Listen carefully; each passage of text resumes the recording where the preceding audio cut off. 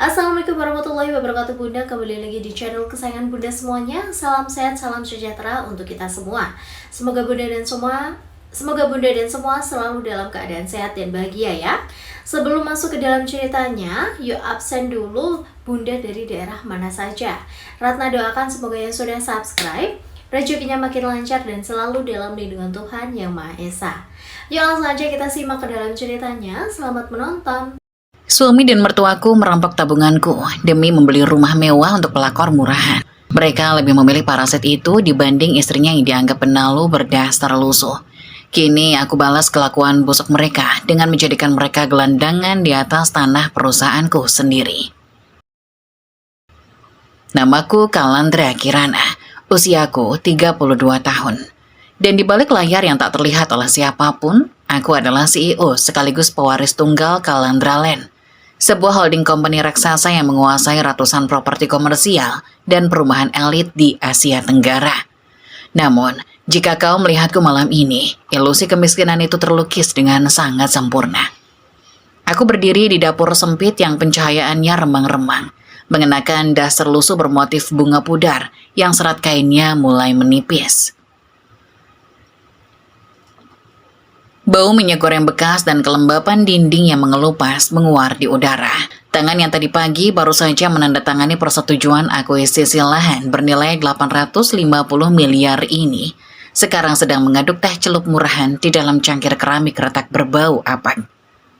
Rumah kontrakan kelas menengah ke bawah ini sengaja kusewa atas nama palsu. Ini adalah kandang emas palsuku, sebuah panggung sandiwara sempit yang kurancang dengan sangat teliti untuk menguji seberapa jauh ketamakan manusia bisa menelan akal sehat mereka. Di mataku, pernikahan ini bukan sekedar penyatuan dua hati manusia, melainkan sebuah eksperimen psikologis dan observasi finansial yang menguji batas moralitas seorang pria. Sayangnya, subjek eksperimenku terbukti sangat mengecewakan. Kalandra, berapa kali ibu harus bilang, tehnya jangan terlalu manis. Kamu ini sengaja ya mau bikin ibu kena diabetes supaya bisa cepat menguasai rumah ini. Suara lengkingan itu memecah keheningan yang rapuh, menusuk gendang telingaku seperti garpu yang digoreskan ke atas piring kaca. Itu Ibu Rosalinda, wanita berusia 58 tahun yang duduk angkuh di ruang tamu berukuran 4x4 meter yang pengap. Sanggulnya ditata rapi sedemikian rupa, dan deretan gelang emas yang aku tahu pasti setengahnya adalah imitasi kelas 2 yang dibeli di pasar loak bergemerincing riuh setiap kali ia menggerakkan tangan untuk memerintahku. Di komunitas arisan dan pengajian, Ibu Rosalinda selalu memposisikan dirinya sebagai sosok agamis yang lembut, berwibawa, dan penuh empati terhadap sesama. Namun di balik pintu tertutup rumah ini, topeng sosialita murahan itu mengelupas habis. Ia menampakkan wujud aslinya, seorang tiran materialistis yang gila harta, yang selalu merasa dunia berutang kemewahan padanya. Maaf Bu, nanti saya buatkan yang baru. Jawabku pelan, suaraku kubuat segemetar mungkin, untuk merepresentasikan sosok menantu penurut, miskin dan tak punya tulang punggung. Ibu Rosalinda mendengus kasar, membuang muka dan menatapku dengan sorot mata penuh kejijikan dari ujung rambut hingga ujung kaki. Dasar wanita tidak berguna. Sudah gajimu cuma sekelas UMR rendahan. Kerjanya cuma menghabiskan beras dan air di rumah ini. Kamu itu tidak lebih dari benalu yang numpang hidup dari keringat anak lelakiku. Harusnya Baskara mencari istri yang setara.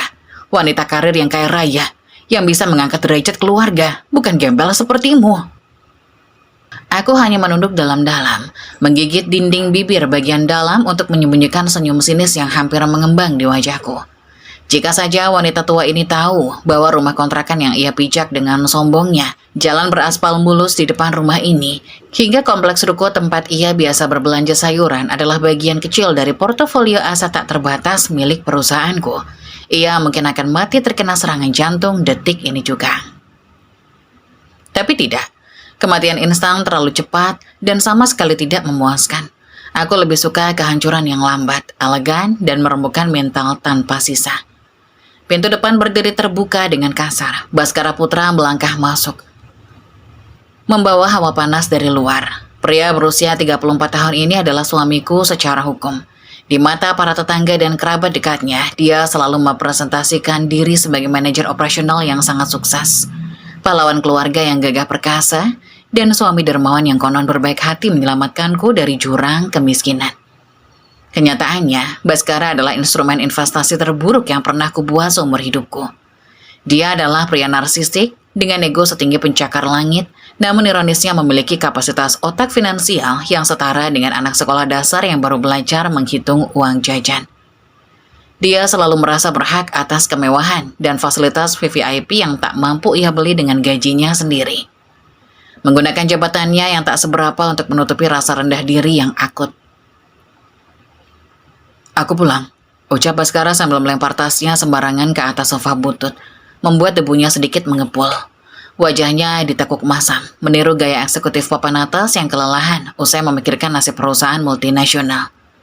Padahal, laporan mata-mataku menyatakan dia hanya menghabiskan setengah harinya mengeluh di kedai kopi pinggir jalan. Aku mendekat dengan patuh, mengambil tasnya seperti biasa.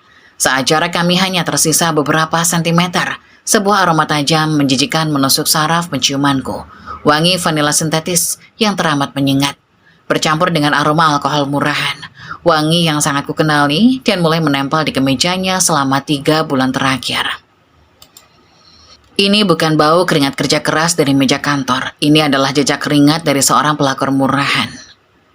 Namanya Aurelia, seorang agen marketing lepas berusia 24 tahun yang dengan bangga bertindak sebagai sugar baby gratisan untuk suamiku.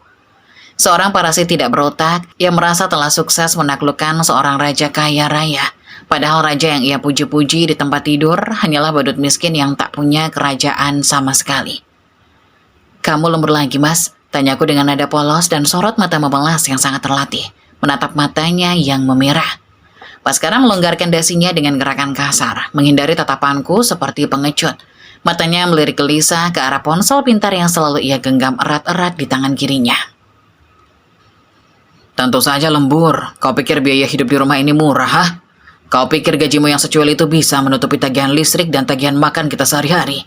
Aku harus banting tulang mencari tambahan, Kalandra. Jangan banyak tanya dan banyak tingkah." "Baskara benar," sahut Ibu Rosalinda cepat, segera bangkit membela putra kesayangannya. Istri zaman sekarang memang tidak tahu diuntung. Suami pulang kerja capek banting tulang, bukannya dilayani dengan baik dan dipijat, malah diinterogasi macam maling. "Sana, lekas siapkan air hangat untuk suamimu mandi." Aku mengangguk patuh bagai boneka kayu, lalu membalikkan badan, berjalan perlahan menuju lorong kamar mandi. Di balik punggungku samar-samar namun sangat jelas, kudengar desis bisikan mereka berdua. Nada suara mereka rendah, penuh dengan konspirasi dan ketamakan yang mendidih. "Bagaimana, Bas? Surat kuasanya sudah beres?" bisik Ibu Rosalinda, suaranya bergetar karena tak sabar. "Sudah beres, Bu. Tanda tangan Kalandra sudah kupalsukan persis seperti tarikan tinta di KTP-nya. Besok pagi-pagi sekali, kita tinggal datang ke bank cabang utama. Begitu uangnya cair, kita langsung bayar lunas rumah mewah di Elysium itu. Si bodoh Kalandra tidak akan pernah sadar sampai semuanya terlambat." Balas Baskara, terkekeh pelan dengan nada suara yang bergetar karena kegembiraan yang sangat serakah. Langkahku terhenti sejenak di tengah lorong yang remang. Elysium. Aku harus menggigit lidahku kuat-kuat hingga mengecap rasa amis darah agar tidak tertawa terbahak-bahak saat itu juga. Mereka benar-benar berencana mencuri uang dari rekening pribadiku. Sebuah rekening khusus tabungan masa depan yang memang sengaja kubiarkan sedikit terbuka celah keamanannya sebagai umpan. Isinya tepat 5 miliar rupiah. Uang tunai yang rencananya akan mereka gunakan untuk membeli sebuah rumah mewah secara kontan. Dan yang membuat lelucon kosmis ini menjadi sebuah mahakarya komedi tragis adalah Cluster Elysium adalah proyek properti eksklusif terbaru yang dibangun, dipasarkan, dan dikelola langsung oleh perusahaanku sendiri, Kalandra Land. Baskara, suamiku yang merasa dirinya adalah manipulator paling jenius di dunia, berniat melakukan kejahatan kriminal dengan mencuri uangku untuk membelikan rumah bagi selingkuhannya. Dan ironisnya, ia akan menyetorkan kembali uang curian itu langsung ke kas perusahaanku. Mereka benar-benar sedang menenun tali gantungan mereka sendiri dengan sangat rajin. Dan mereka melakukannya dengan senyum lebar penuh kemenangan di wajah bodoh mereka. Malam makin larut. Rumah kontrakan sempit ini akhirnya tertidur dalam keheningan yang menyisakan dada. Aku duduk bersila di tepi ranjang berdiri di kamar tamu. Karena Ibu Rosalinda beralasan aku harus bisa ranjang jika Baskara sedang stres kerja dan butuh ruang. Sebuah alasan konyol yang justru memudahkanku untuk bekerja tanpa pantauan. Aku membuka layar laptop khususku yang dilengkapi dengan sistem keamanan enkripsi tingkat tinggi militer. Cahaya kebiruan dari layar memantul di wajahku yang kini tak lagi memasang topeng kepolosan seorang istri yang tertindas. Mata yang tadi menunduk patuh, kini menatap layar tajam, penuh dengan perhitungan matematis yang sangat mematikan. Jemariku menari cepat di atas keyboard, bukan untuk mengerjakan laporan akuntansi picisan, melainkan membobol protokol dan mengakses terminal priority banking perusahaanku secara langsung. Ting! Sebuah notifikasi peringatan merah menyala berkedip di pojok kanan atas layarku. Peringatan keamanan internal, upaya otorisasi pencairan deposito 5 miliar rupiah terdeteksi, menunggu verifikasi fisik besok pagi. Aku menatap deretan angka 0 yang berjajar rapi di layar monitor itu. 5 miliar rupiah. Bagi Baskara dan ibu kandungnya, nominal itu adalah tiket emas menuju surga sosialita dan awal mula kehidupan mewah tanpa batas bersama sang pelakor tak berguna itu. Namun bagiku, uang itu bahkan tak cukup untuk menutupi biaya pengurukan tanah satu blok di proyek komersial baruku. Tanganku bergerak santai ke arah icon cancel and lock, sebuah tombol sakti yang bisa langsung membekukan transaksi tersebut detik ini juga, dan mengirimkan alarm penipuan ke sistem keamanan pusat bank. Aku terdiam sejenak, menghela napas panjang. Jari telunjuk kananku melayang ragu di atas trackpad. Jika aku menekan tombol pembatalan ini sekarang, pencurian mereka akan gagal total. Baskara mungkin akan panik dan berkeringat dingin, tapi ia belum terjerat secara hukum sepenuhnya. Hukuman atas pasal percobaan pencurian tidak akan pernah cukup untuk menghancurkannya hingga ke akar-akarnya. Itu terlalu ringan bagi pengkhianat. Tidak, aku tidak ingin mereka gagal di awal garis start. Aku justru sangat ingin mereka berhasil menyelesaikannya. Aku ingin mereka merasakan euforia palsu memegang kunci rumah mewah itu. Merasakan betapa empuknya sofa kulit impor yang mereka beli dari tetesan uang haramku. Aku ingin melambungkan ego murahan mereka setinggi atmosfer.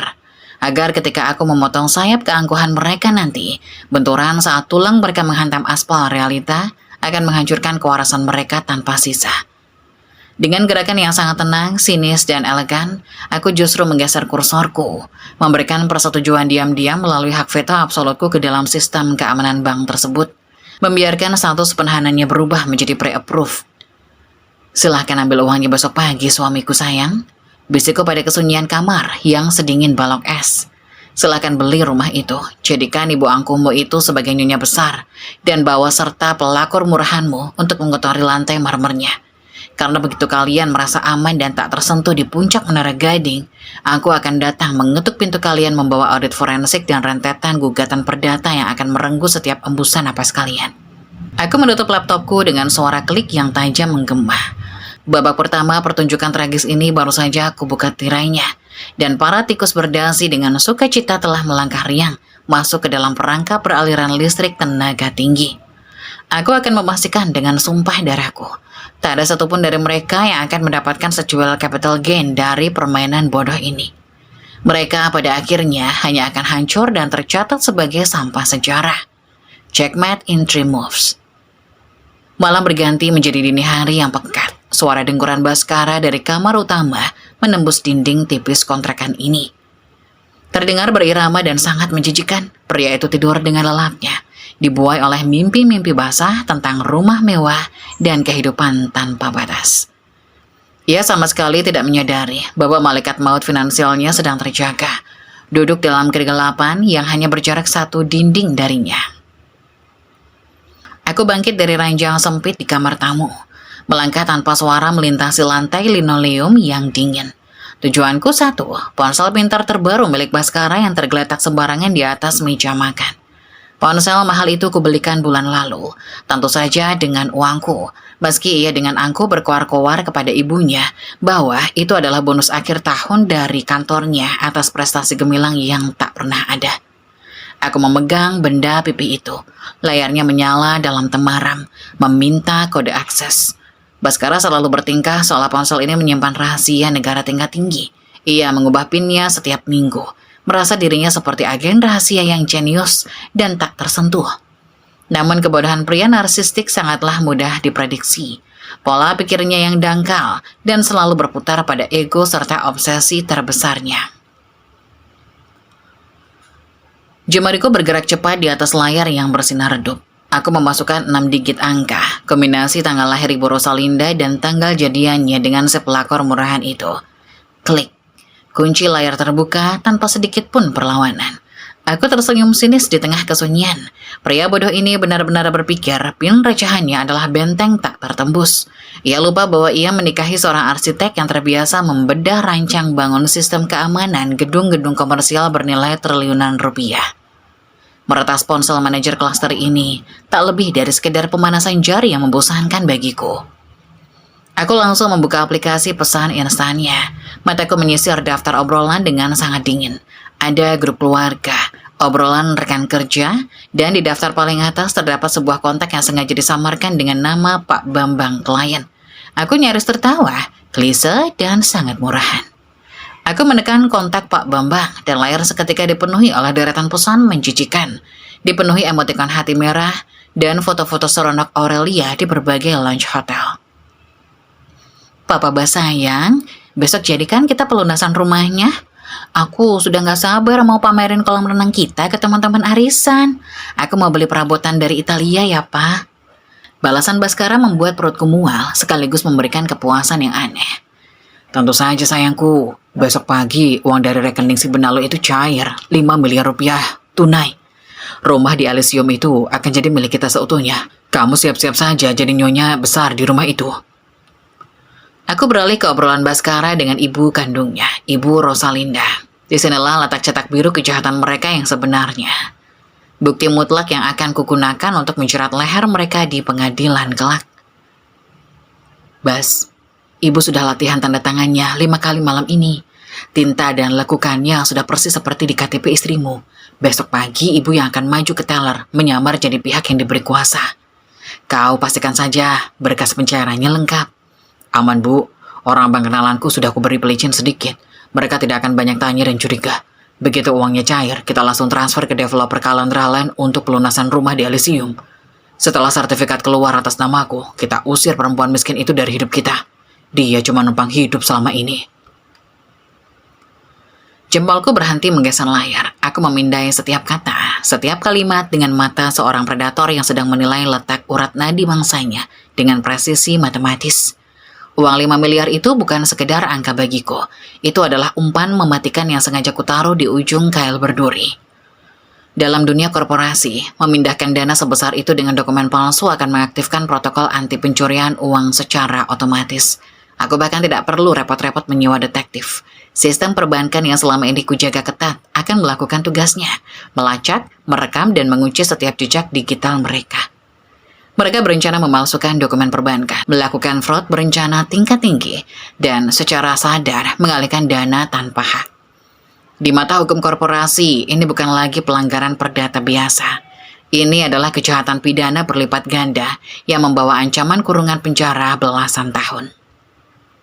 Belum lagi pasal tindak pidana pencucian uang yang akan menjerat leher mereka semakin ketat hingga mereka kehabisan napas.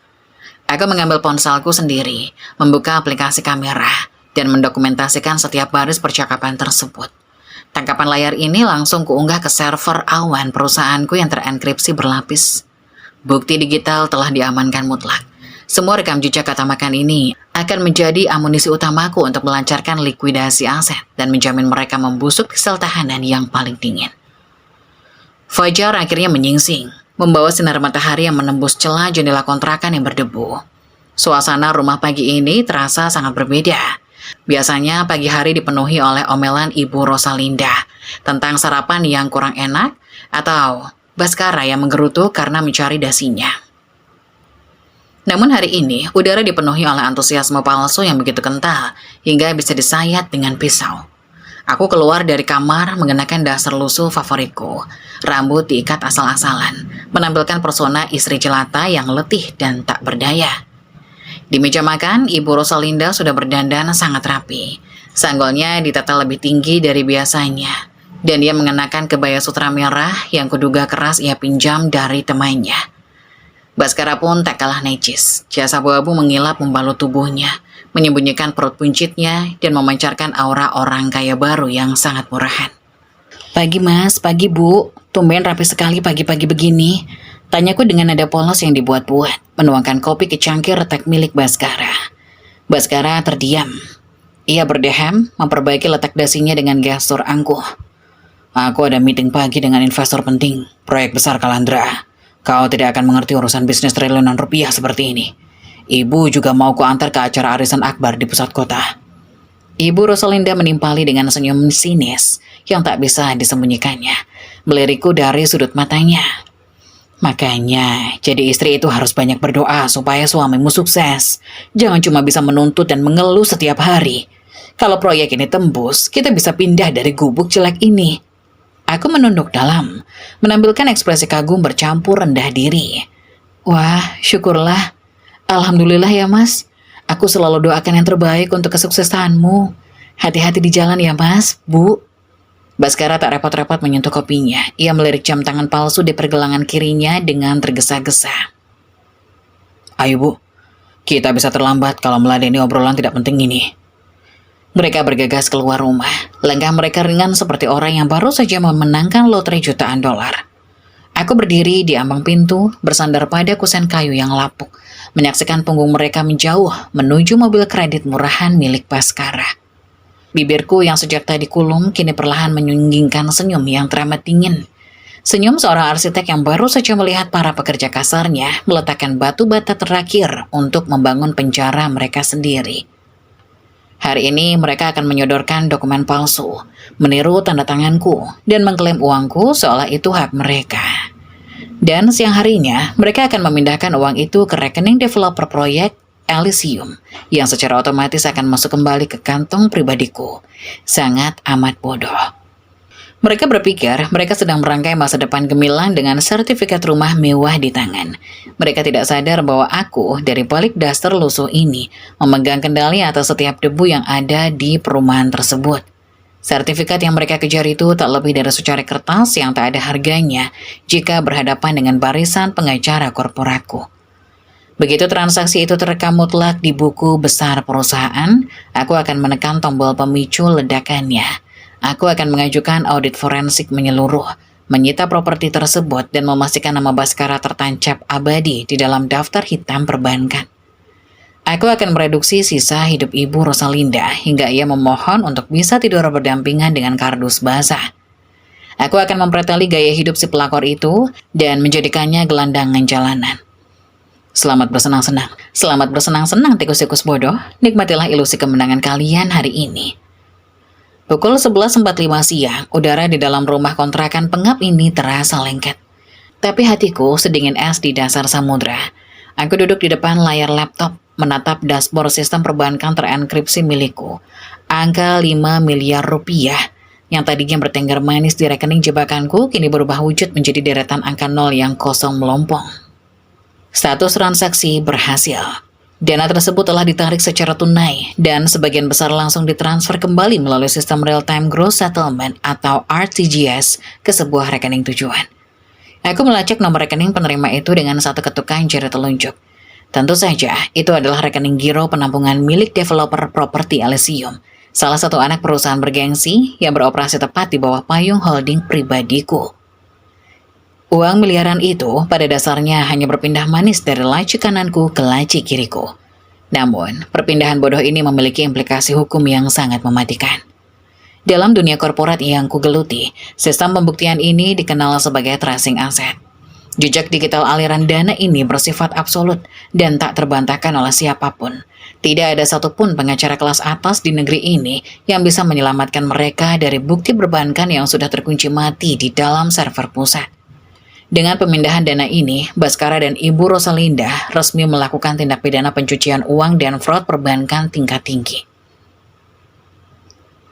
Mereka bukan lagi sekedar keluarga benalu yang menyebalkan. Mereka kini secara resmi bertransformasi menjadi aset beracun yang sangat siap untuk kulikuidasi hingga ke akar-akarnya. Menjelang sore hari, suara deru mesin mobil Baskara yang kasar terdengar memasuki halaman berdebu. Pintu depan didobrak terbuka dengan antusiasme yang menjijikan. Tawa keras, sumbang, dan melengking memenuhi ruang tamu sempit ini, mengusir keheningan yang sejak tadi menjadi teman setiap pikiranku.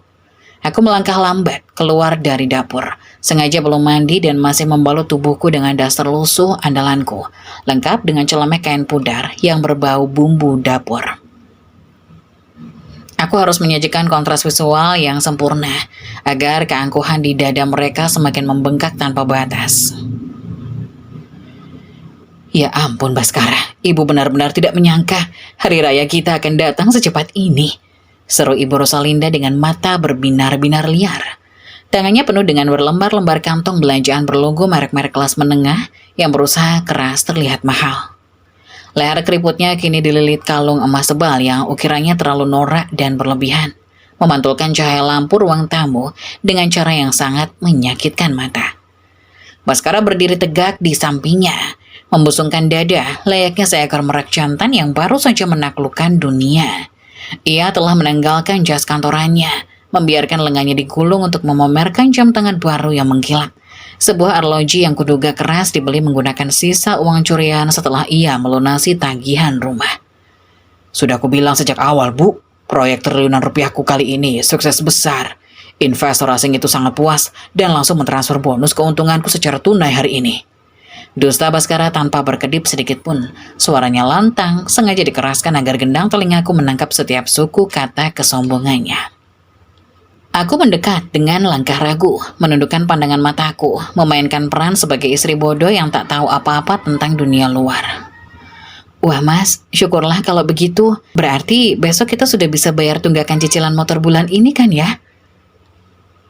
Mas pasti lelah, mau aku buatkan teh manis sekarang?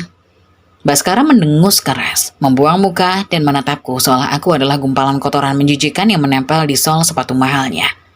Cicilan motor? Teh manis. Tolong, jangan rendahkan derajatku dengan pikiran miskin dan kampunganmu itu. Aku ini sekarang eksekutif papan atas, Kalandra. Uang tunai yang kudapatkan hari ini saja sudah cukup untuk membeli 100 motor jelek itu dan membuangnya ke laut. Ibu Rosalinda maju satu langkah, sengaja menabrakkan bahunya ke lenganku, hingga aku terhuyung pelan ke belakang. Ia menatapku dengan sorot mata penuh kebencian dan rasa jijik yang kini tak lagi berusaha ia tutupi dengan senyum palsunya. Dengar ya baik-baik, perempuan pemalas. Anak lelakiku ini sekarang sudah menjadi orang kaya raya. Dia baru saja secara resmi membeli rumah mewah bertingkat di klaster paling bergengsi di pusat kota ini. Kau pernah dengar nama Alessio? Tentu saja tidak kan? Kamu kan cuma tahu pasar tumpah dan sayur obralan. Boleh sekarang, sadar dirilah di mana posisimu. Kamu itu cuma benalu yang selama ini numpang makan dan numpang hidup pada anakku. Jangan pernah kau bermimpi bisa ikut mencicipi fasilitas rumah baru kami yang mewah itu. Benar kata ibu, timpal Baskara cepat. Senyum liciknya mengembang lebar. Rumah elit itu murni hasil keringatku. Dan sertifikatnya dicetak murni atas namaku. Kau tidak punya hak sepeser pun di sana. Kau boleh bersyukur pada Tuhan karena aku belum membuangmu ke jalanan aspal hari ini juga. Sana pergi, siapkan makan malam yang pantas. Aku mau makan daging kualitas terbaik malam ini, bukan tempe basi seperti hidangan biasanya. Aku hanya mengangguk pelan. Segera membalikkan badan untuk menyembunyikan wajahku yang kini sedang menahan tawa seorang tiran. Oh Baskara sayang, rumah itu atas namamu. Sertifikatnya mungkin memang bertuliskan ejaan namamu. Tapi tanah tempat ia berdiri, batu bata yang menopangnya, hingga udara yang berembus di dalamnya adalah milikku mutlak. Mereka benar-benar buta huruf secara finansial, tidak menyadari bahwa setiap keping kesombongan yang mereka pamerkan hari ini sedang direkam abadi dalam buku besar kejatuhan mereka sendiri. Begitu ibu dan anak itu sibuk memilah-milah barang belanjaan murahan mereka di ruang tengah, aku melangkah mundur perlahan menuju kamar tamu. Aku masuk dan mengunci pintu kayunya rapat-rapat dari dalam. Udara di sekitarku seketika berubah suhu. Postur tubuhku yang tadinya membungkuk lemah kini berdiri tegak lurus, memancarkan aura dominan seorang CEO yang bersiap menjatuhkan vonis mati. Aku mengambil seluruh ponsel satelit khusus anti sadap dari balik laci rahasia di bawah rangka ranjang. Aku menekan satu nomor kontak darurat dengan cepat. Panggilan itu langsung dijawab pada dering pertama. Selamat sore Ibu Kalandra. Tim legal korporat kami siap menerima perintah Anda. Suara bariton Pak Hermawan, Kepala Divisi Hukum Senior Kalandralen, terdengar sangat tegas dan profesional di seberang sana. Sore Pak Hermawan, umpannya sudah ditelan bulat-bulat, rekening jebakan telah dikuras habis tanpa sisa. Kataku, namun suaraku mengiris sedingin dan sekeras baja. Dana tunai 5 miliar rupiah telah berpindah secara ilegal dari penguasaanku. Mereka menggunakan dokumen bank palsu dan memalsukan otorisasi tanda tangan pribadiku dengan sangat amatiran. Sesuai dengan peta prediksi Anda, Bu, apakah kami harus langsung membekukan asetnya sekarang juga? Belum, jawabku cepat. Mataku menyipit tajam menatap layar laptop yang menampilkan visual 3 dimensi denah rumah di klaster Elysium. Biarkan mereka menikmati hawa sejuk rumah itu selama beberapa hari ke depan. Biarkan Baskara mengundang si pelakor murahan itu dan merayakan pesta syukuran palsu mereka yang megah. Aku sangat ingin mereka merasa sedang berdiri kokoh di puncak dunia. Lalu, apa instruksi mendesak untuk tim kami saat ini, Bu Kalandra? Siapkan tim untuk melakukan audit forensik secara menyeluruh malam ini juga. Lacak setiap sen aliran dana kotor itu dari rekening pribadiku langsung menuju rekening developer kita. Buktikan secara matematis bahwa itu adalah uang pribadiku yang dicuri tanpa hak. Perintahku tanpa memberi ruang untuk belas kasihan. Aku mengambil napas pelan, menyusun strategi serangan berikutnya. Lalu, segera draft sebuah gugatan perdata resmi atas nama perusahaan, tuntut ganti rugi material dan denda imaterial sebanyak 3 kali lipat dari nilai uang yang mereka curi. Pastikan dengan sangat ketat bahwa klausul hukuman itu akan mengunci seluruh rekening bank milik Baskara agar terkena sistem autodebit berantai. Sampai pria malang itu bahkan tak mampu lagi untuk membeli sebotol air mineral. Dimengerti sepenuhnya, Bu. Dan bagaimana untuk status Ibu Rosalinda? Masukkan nama wanita tua itu sebagai tergugat nomor 2, sekaligus kaki tangan utama untuk tindak pidana pencucian uang ini. Aku sungguh ingin wanita tua angkuh itu merasakan sendiri bagaimana rasanya menjadi gelandangan tanpa arah yang kelaparan dan membusuk di sudut kota. Siapkan juga surat perintah likuidasi aset yang sah dan segera koordinasikan dengan komandan kepolisian setempat untuk melakukan penangkapan di tempat saat waktu eksekusi penyerbuan tiba. Baik, Bu Kalandra. Seluruh berkas tuntutan hukum ini akan kami pastikan siap dieksekusi dalam waktu 48 jam ke depan. Sempurna. Pastikan kalian bekerja rapi dan tidak meninggalkan satupun celah hukum ya. Aku ingin nama Baskara tertancap abadi dalam blacklist BI seumur hidupnya. Ingat, Pak Hermawan, mereka berdua ini bukan sekedar pencuri amatir. Mereka adalah parasit yang terlalu rakus mencoba menghisap darah dari inang yang salah. Pastikan portofolio perusahaanku tetap bersih, tak bernoda dari hama menjijikan seperti mereka. Akan kami pastikan mereka hanya akan berakhir sebagai sampah sejarah, Ibu Kalandra. Panggilan tertutup, aku meletakkan ponsel satelit itu di atas meja kayu. Di luar sana, tawa Baskara dan Ibu Rosalinda masih terdengar nyaring menggema, merayakan kemenangan ilusi finansial mereka. Suara dentingan perhiasan imitasi Ibu Rosalinda seolah menjadi musik pengiring menuju pemakaman harga diri mereka sendiri. Aku melangkah tenang ke arah cermin rias yang kusam di sudut kamar. Bayangan wanita lemah berbalut daster lusuh itu menatap balik ke arahku dengan senyum yang terlampau menakutkan. Tangan yang terlihat kasar ini adalah tangan yang sama yang memegang kendali atas triliunan rupiah uang tunai yang menggerakkan ekonomi. Dua orang bodoh ini berpikir mereka bisa mengelabuiku dengan kelihayan murahan. Kalian sungguh menginginkan kemegahan rumah mewah itu kan? Silakan nikmati setiap detak jamnya di sana. Karena tak lama lagi, rumah indah itu akan beralih fungsi menjadi peti mati finansial kalian. Dan aku sendirilah yang akan datang tersenyum sambil memaku penutup kayunya. Checkmate into moves. Di layar tablet khusus berenkripsi tingkat militer milikku, sebuah denah arsitektur 3 dimensi berputar lambat, menampilkan detail presisi dari unit rumah mewah berdesain modern klasik di klaster Elysium, Blok 8, nomor 12. Rumah dengan dominasi marmer putih Carrara, kaca floor to ceiling anti peluru, dan sebuah kolam renang infinity mungil di halaman belakang. Harga jual resmi on the road 4 miliar 850 juta rupiah. Ada sisa 150 juta rupiah dari total 5 miliar yang mereka curi kemarin pagi. Kuduga keras, sisa uang kembalian itu sudah masuk sepenuhnya ke dompet si pelakor murahan untuk berbelanja tas imitasi atau memesan catering mewah demi acara syukuran palsu mereka.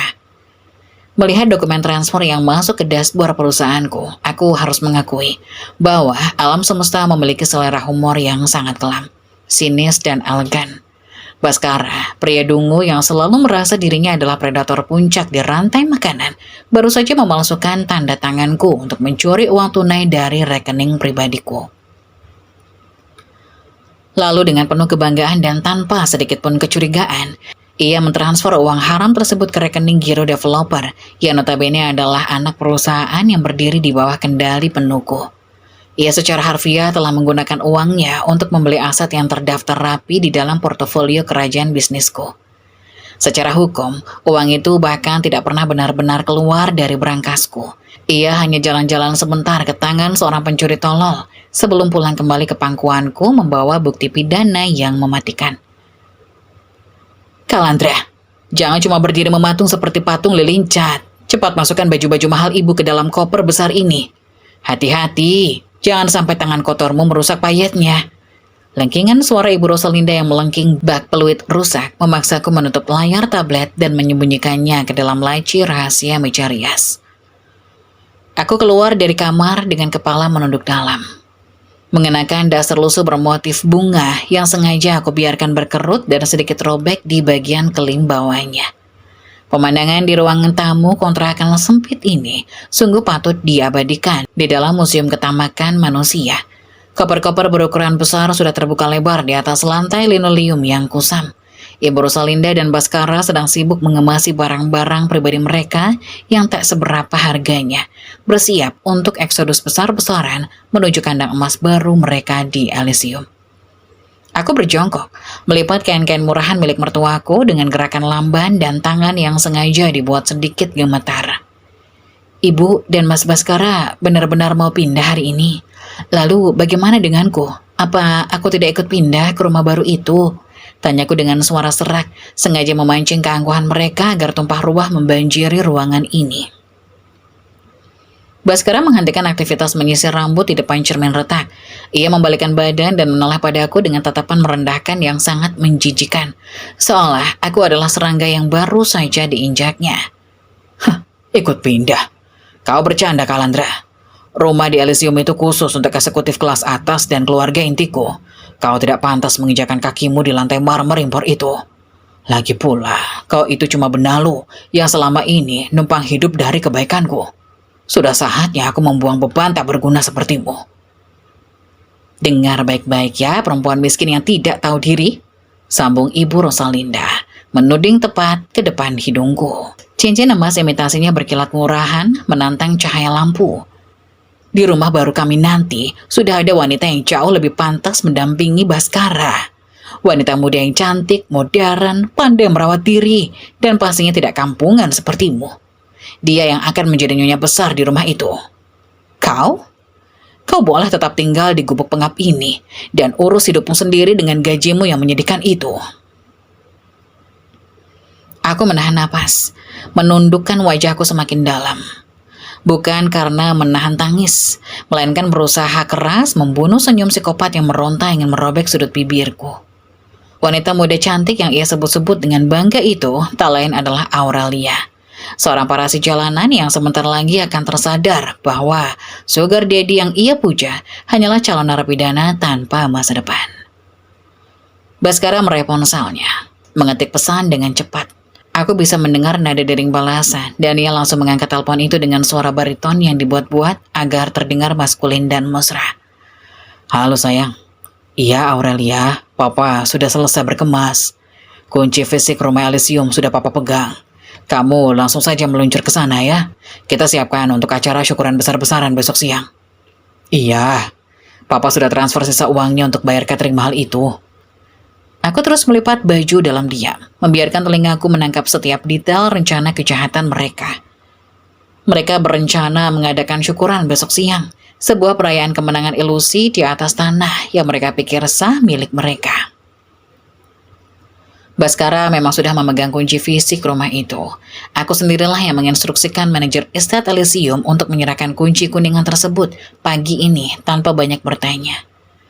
Namun apa gunanya kunci fisik jika secara hukum properti mereka hanyalah penyusup ilegal? Malam itu, setelah mereka berdua pergi meninggalkan kontrakan ini dengan tawa menggelegar dan derit ban mobil yang memecah kesunyian, aku kembali mengunci diri di kamar. Ponsel satelit khususku kembali menyala di kegelapan. Laporan Pak Hermawan. Ucapku singkat, suaraku kembali berubah menjadi bongkahan es yang membekukan atmosfer. Semua berjalan presisi sesuai dengan skenario Anda, Bu Kalandra. Lapor Pak Hermawan dari ujung telepon. Baskara Putra telah menandatangani berita acara serah terima. Fisik unit rumah di Elysium siang tadi.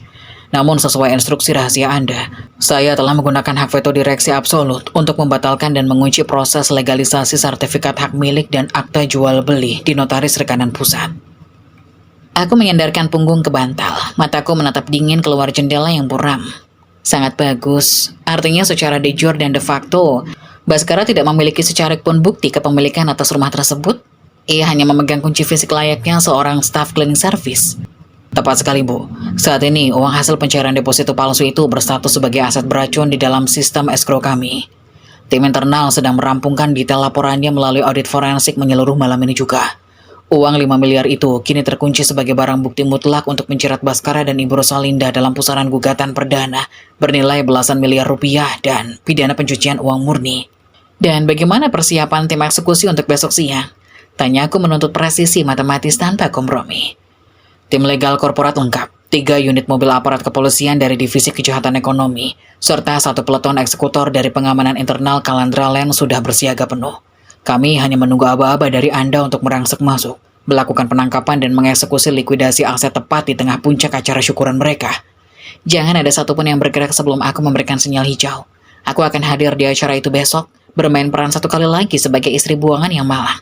Aku ingin menatap pola mata mereka saat euforia kesombongan itu mencapai titik didih tertinggi, tepat sebelum aku merobohkan seluruh fondasi tempat mereka berpijak. Baik, Bu Kalandra, kami menunggu perintah eksekusi. Panggilan berakhir. Aku meletakkan ponsel itu di atas meja dan menatap pantulan diriku yang perlahan berubah wujud.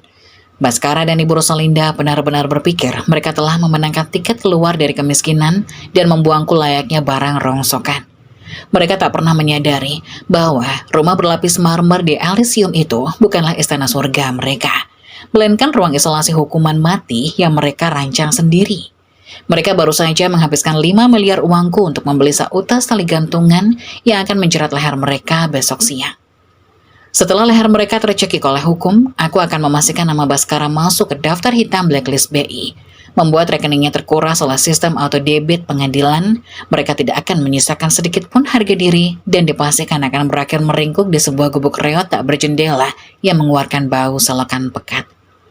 Di dunia nyata, keadilan tidak buta. Ia hanya menunggu orang yang tepat untuk membayar harganya. Dan bagi pengkhianat serakah seperti mereka, tak ada tempat peristirahatan terakhir selain berakhir menjadi sampah sejarah yang dilupakan. Checkmate in one move. Lantai marmer putih Carrara di blok 8 nomor 12 ini memantulkan kilau lampu kristal chandelier dengan sangat sempurna. Ironisnya, desain ruang tamu berkonsep open space yang sedang diagung-agungkan oleh tamu-tamu sosialita ini adalah cetak biru yang kurancang sendiri pada suatu malam yang membosankan 2 tahun lalu. Dan disinilah aku sekarang, berdiri di sudut ruangan dekat dapur bersih, mengenakan seragam pelayan catering berwarna kusam yang sengaja dilemparkan oleh ibu mertuaku pagi tadi. Ya, mereka benar-benar menyeretku ke rumah yang dibeli dari hasil merampok rekening pribadiku hanya untuk menjadikanku kacung gratisan di acara syukuran palsu mereka. Pesta ini adalah sebuah sirkus kesombongan yang teramat menjijikan. Peta-peta bundar ditata rapi mengelilingi kolam renang infinity di halaman belakang. Catering bertaraf internasional menyajikan hidangan laut impor yang harganya jelas melebihi sisa limit kartu kredit Baskara. Dari sudut pandang manapun, ini adalah perayaan kemenangan mutlak bagi para pengkhianat. Namun dari sudut pandangku, ini tak lebih dari sekedar tarian terakhir para terpidana sebelum dieksekusi di tiang gantungan. Di tengah kerumunan tamu, Ibu Rosalinda berdiri bagaikan seorang ratu. Kebaya sutra merah darahnya menyapu lantai, memamerkan perhiasan emas tebal, yang kini kuduga asli dibeli murni dari tetesan uangku. Ia tertawa terbahak-bahak bersama gerombolan ibu-ibu arisannya yang memandang kagum pada kemewahan delusional ini. Lihatlah rumah anakku ini, Jeng. Dibeli tunai, kontan tanpa cicilan bank sepeser pun. Seru Ibu Rosalinda dengan suara melengking yang sengaja dikeraskan. Menusuk gendang telinga siapa saja yang mendengarnya. Baskara memang anak yang berbakti. Proyek bisnisnya sukses besar dan dia langsung membelikan ibunya istana. Tidak seperti menantuku yang satu ini. Telunjuknya yang dihiasi cincin berlian mengarah tepat kepadaku. Tatapan puluhan pasang mata sosialita itu seketika menelanjangiku di sudut ruangan. Aku hanya menunduk, memegang nampan perak berisi gelas-gelas champagne kosong dengan ekspresi memelas datar yang sudah kulatih dengan sangat baik. Perempuan itu cuma benalu. Bertahun-tahun dia numpang hidup dari uang gajinya Baskara. Sekarang anakku sudah di puncak kesuksesan. Wajar dong kalau dia kami jadikan pelayan. Dia tidak punya harga diri untuk pergi dari hidup kami. Cemooh Ibu Rosalinda disambut gelak tawa merendahkan dari teman-temannya yang tak kalah angkuh. Aku menelan hinaan itu bulat-bulat, menyimpan rapi di dalam laci ingatanku sebagai bahan bakar tambahan. Silakan tertawa, Ibu. Nikmati gemerlap perhiasanmu hari ini. Karena besok pagi, seluruh benda berkilau itu akan disita paksa. Dan kau akan menyadari betapa panasnya atap seng di sebuah gubuk reot pinggiran kota yang mengeluarkan bau salokan. Perhatian para tamu seketika teralih ketika pintu utama terbuka. Baskara melangkah masuk dengan setelan jas bespoke rancangan desainer ternama yang harganya membuatku ingin memuntahkan isi perutku. Di lengan kirinya bergelayut manja seorang wanita muda dengan gaun koktel hijau zamrud yang sangat ketat. Itu dia Aurelia. Sang pelakor murahan yang dengan tak tahu malunya menempatkan diri sebagai nyonya rumah. Aura yang dipancarkannya murni sebagai parasit yang sedang berpesta pora di atas inang yang salah. Selamat siang rekan-rekan semuanya. Sapa Baskara dengan bariton angkuhnya. Melambaikan tangan layaknya politisi murahan. Terima kasih sudah hadir di kediaman baru saya dan calon istri saya, Aurelia. Rumah senilai 4.850.000 ini hanyalah awal dari portofolio properti kami. Kedepannya, kami menargetkan capital gain yang jauh lebih fantastis dari proyek-proyek triliunan yang sedang kami tangani. Aku nyaris tersedak ludahku sendiri. Capital gain. Pria dungu ini bahkan tidak paham perbedaan mendasar antara investasi real estate dan tindak pidana pencucian dana nasabah. Rumah mewah yang ia injak ini adalah aset beracun, sebuah barang bukti kejahatan perbankan yang tidak akan pernah menghasilkan sepeser pun keuntungan finansial bagi mereka. Namun aku membiarkan delusinya mengudara, menyebar menjadi racun yang akan membunuh reputasinya sendiri dalam hitungan menit. Aurelia melepaskan gandengannya dan berjalan dengan gaya bak modal amatiran menuju arahku. Sepatu hak tinggi Lobotin aslinya juga dibeli dengan uangku, berdentak nyaring di atas lantai marmer. Ia menatapku dari atas ke bawah, bibir merah darahnya menyeringai penuh kepuasan sadis. Jadi ini istri miskin yang selalu menahan langkah kesuksesan Mas Bas. Desis Aurelia tepat di depan wajahku. Tangannya dengan sengaja menyinggol nampan perak yang kupegang dengan gerakan kasar. Prang! 3 gelas champagne kristal pecah berkeping-keping di atas marmer putih. Isinya memercik mengenai ujung sepatu mahal pelakor itu. Ups, tanganmu gemetar karena iri ya? Ejek Aurelia dengan suara melengking yang ditarik ke oktav tertinggi. Menarik perhatian seluruh ruangan. Cepat pelantai ini, kau tahu berapa harga sepatuku? Gaji UMR-mu yang menyedihkan itu tak akan pernah cukup untuk menebusnya. Pelayan hina. Ruangan mendadak hening. Baskara berjalan mendekat, menatapku dengan sorot mata penuh kebencian dan rasa malu yang mendidih. Kalandra, kau ini memang sampah. Kau selalu saja merusak hari bahagiaku. Cepat bersihkan pecahan kaca itu, lalu menyingkirlah ke halaman belakang. Jangan tunjukkan wajah menjijikanmu itu di depan rekan-rekan bisnisku. Aku menunduk, bukan untuk menangis, melainkan untuk menyembunyikan seringai iblis yang kini tak lagi bisa kutahan. Aku berjongkok perlahan, memunguti kepingan kaca tajam itu dengan tangan kosong, merasakan sedikit goresan perih di ujung jari telunjukku.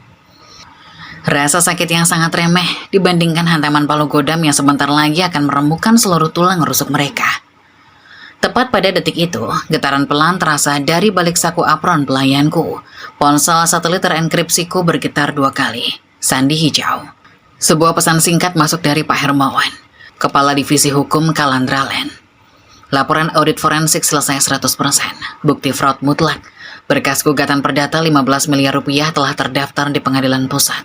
Otorisasi hak veto untuk pembekuan aset telah aktif. Kami berada di gerbang depan. Jantungku berdegup dengan ritme yang lambat, sangat kalkulatif dan mematikan. Permainan sandiwara ini sudah resmi kututup paksa. Sisa uang curian yang ada di bank telah diblokir secara sepihak tanpa toleransi. Nama Baskara saat ini, detik ini juga, telah diinput permanen ke dalam blacklist BI dengan status merah. Mulai besok pagi, seluruh rekening gaji yang terkena autodebit pengadilan tidak ada lagi celah atau jalan kembali bagi pengkhianat. Aku bangkit berdiri dengan gerakan elegan. Aku tidak lagi memegang pecahan kaca itu, membiarkannya jatuh bergemerincing dari tanganku di lantai marmer. Postur tubuhku yang tadinya membungkuk patuh, kini tegak lurus, mengembalikan aura intimidasi absolut sebagai CEO penguasa triliunan rupiah yang selama ini kusembunyikan di balik layar. Aurelia membelalakan matanya, terkejut melihat perubahan drastisku. Berani-beraninya kau berdiri menantangku. Cepat pel lantai. Ucapannya terputus secara brutal oleh suara ledakan sirine yang melolong sangat keras dari arah gerbang utama klaster Elysium. Suara itu bukan hanya satu, melainkan 3 sirine mobil polisi yang mengaum secara bersamaan, membelah euforia pesta malam ini, bagaikan pisau daging yang membelah sehelai sutra tipis. Diikuti oleh derap langkah sepatu laras panjang yang berat dan serempak, menggetarkan tanah. Para tamu arisan Ibu Rosalinda menjerit kaget, mundur teratur dengan wajah pucat pasi. Baskara terpaku kaku di tempatnya. Ia berdiri, gelas wine-nya merosot lepas dan hancur di kakinya. Ibu Rosalinda mematung, kalung emasnya mendadak terasa seperti rantai baja pencekik. Dari pintu utama yang didobrak paksa, belasan pria berjas hitam dari tim eksekutor keamanan perusahaanku merangsek masuk dengan formasi rapi, membuka jalan bagi 3 petugas kepolisian berseragam lengkap. Di barisan paling depan, Pak Hermawan berjalan tegap masuk membawa map merah tebal berlambang Garuda Peradilan. Mataku akhirnya bertemu dengan mata Baskara yang kini melebar dipenuhi teror absolut yang tak terlukiskan. Bibirku menyunggingkan senyum aristokratis yang paling dingin. Sebuah senyum perpisahan bagi para pengkhianat sebelum mereka resmi menjadi sampah sejarah dan diusir paksa sebagai gelandangan. Waktu bermain kalian sudah habis, tikus-tikusku. Bisikku pelan di tengah kericuhan yang pecah. Menyaksikan likuidasi aset dan pembantaian harga diri mereka dimulai tanpa sedikit pun rasa ampun. Suasana di ruang tamu berlapis marmer Carrara itu mendadak hening seketika. Musik jazz yang mengalun dari speaker pintar entah bagaimana telah dimatikan dari pusat kendali. Hanya ada suara derap langkah berat sepatu laras panjang dari aparat kepolisian dan tim eksekutor keamanan yang merangsek maju, mengepung area Infinity Pool dan memblokir seluruh akses keluar di pintu utama. Puluhan tamu sosialita Ibu Rosalinda menahan napas. Mata mereka terbelalak menatap pemandangan ganjil ini. Mereka yang tadinya tertawa merendahkanku, kini mematung bagai arca. Beberapa di antara mereka mulai berbisik panik, menyadari bahwa mereka sedang berpesta di atas arena kejahatan perbankan tingkat tinggi. Baskara dengan sisa-sisa keberanian palsu yang dipaksakan, melangkah maju mencoba menghalangi aparat. Wajahnya pucat pasi, peluh dingin mulai merembes di kerai jas mahalnya. Namun ego laki-lakinya masih menolak realita yang menampar. Ada apa ini? Siapa yang berani masuk tanpa izin ke properti pribadi saya? Saya kenal perwira tinggi di kepolisian. Kalian salah sasaran. Keluar dari rumah saya sekarang juga. Bentaknya dengan suara bergetar yang terdengar sangat menyedihkan. Aparat di barisan depan sama sekali tidak menjawab. Hanya menatapnya dengan tatapan meremehkan. Pak Hermawan dengan setelan jas abu-abu rapinya melangkah membelah barisan polisi seolah Baskara tak kasat mata. Pengacara senior korporat itu berjalan lurus menembus kerumunan, mengabaikan tatapan kebingungan para tamu, dan berhenti tepat di hadapanku. Pria parubaya yang merupakan pengacara paling ditakuti di firma hukum ibu kota itu membungkuk dalam, membentuk sudut 90 derajat penuh rasa hormat. Laporan eksekusi siap, Ibu CEO. Instruksi pembekuan seluruh aset dan penahanan finansial telah dijalankan 100% sesuai kehendak Anda. Ucap Pak Hermawan lantang. Suaranya menggema, memantul di dinding kaca rumah mewah ini tanpa keraguan sedikit pun. Seluruh rahang di ruangan ini seolah jatuh menghantam lantai secara serempak. Hening yang tercipta kini berubah menjadi teror psikologis yang memegahkan telinga. Aku menarik napas panjang, meresapi aroma kepanikan murni yang mulai menguar menggantikan wangi parfum mahal di udara. Perlahan, aku melepaskan ikatan apron pelayan kusam yang melilit pinggangku, membiarkannya jatuh teronggok di lantai marmer. Walaupun masih mengenakan dasar lusuh di baliknya, Postur tubuhku, caraku mengangkat dahu, dan tatapan mataku telah sepenuhnya bermutasi. Persona istri miskin, penurut, dan bodoh yang selalu mereka hina sebagai benalu telah mati detik ini juga. Yang berdiri tegak di hadapan mereka sekarang adalah sang pembangsa puncak, sang diktator finansial, sang arsitek kehancuran. Aku mengulurkan tangan, menerima map merah berlambang Garuda dari Pak Hermawan. Kerja yang sangat presisi Pak Hermawan. Mari kita mulai proses likuidasi aset dari sekumpulan hama tak berguna ini. Baskara terhuyung mundur satu langkah seolah baru saja ditinju tepat di ulu hatinya. Mulutnya terbuka dan tertutup seperti ikan yang kehabisan oksigen di daratan. Kalandra, apa maksud semua ini? Kenapa pengacara Kalandralan menunduk padamu dan memanggilmu CEO? Kau ini cuma akuntan rendahan yang numpang hidup padaku. Ini lelucon macam apa? Aku melangkah perlahan mendekati Baskara. Ketukan ujung sepatuku di atas marmer terdengar bak lonceng kematian bagi keangkuhannya. Baskara sayang, suamiku yang paling jenius. Berapa kali aku harus tersenyum menahan muak setiap kali kau membual tentang proyek triliunan rupiahmu. Bukankah sudah berkali-kali ku bilang, namaku Kalandra Kirana. Aku adalah pemilik mutlak, pemegang saham tunggal, dan pengendali hak veto absolut atas seluruh ekosistem bisnis Kalandraland, termasuk Laser Elysium yang sedang kau injak dengan sangat angkuh ini. Tidak mungkin. Ini pasti gila. Anakku yang membelinya dengan uang keringatnya sendiri, jerit Ibu Rosalinda histeris. Wajahnya yang tadinya pongah kini berkerut mengerikan. Menolak keras runtuhnya ilusi kemewahan yang baru saja ia cicipi. Ia memegangi kalung emas di lehernya, seolah benda itu akan mencekiknya. Uang keringat anakmu? Aku tertawa, tawa yang sangat dingin, berkelas dan tanpa ampun yang langsung menyayat udara ruang tamu. Aku membuka map merah di tanganku dan melemparkan selembar kertas tebal berlapis segel hukum tepat di dada Baskara. Kertas itu jatuh melayang ke lantai. Silakan baca dengan seksama. Itu adalah salinan mutlak dari hasil audit forensik perbankan internasional.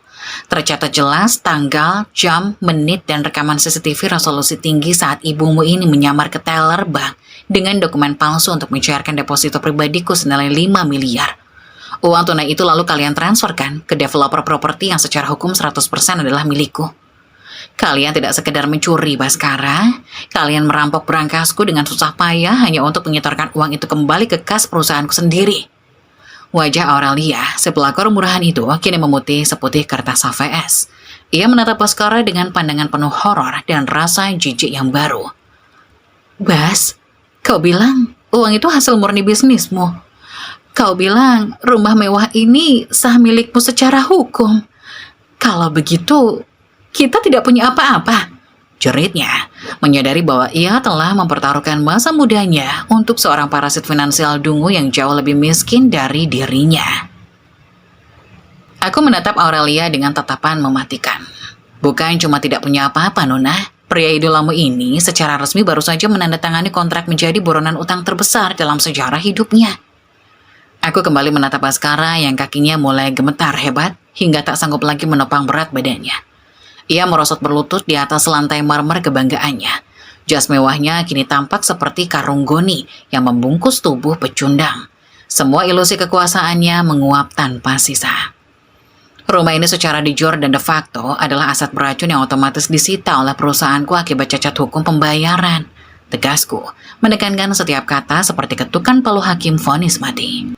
Lebih parah lagi, Baskara, Pak Hermawan telah mendaftarkan gugatan perdata resmi atas nama perusahaanku kepada dirimu, menuntut ganti rugi material sebesar 15 miliar rupiah atas tindakan penggelapan uang dan perusakan dokumen berharga. Kalandra, aku mohon. Ampuni aku hilaf. Ibu yang mencuci otakku.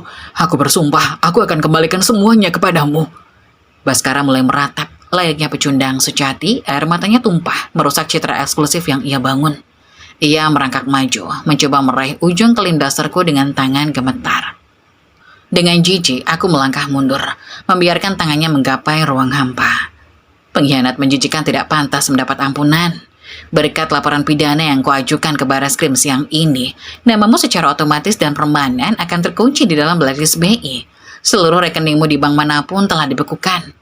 Jika kau suatu hari nanti keluar dari penjara dan mencoba bekerja, gajimu akan tersedot habis tanpa sisa melalui sistem autodebit pengadilan. untuk mencicil denda perdata yang tak akan pernah bisa lunas seumur hidupmu.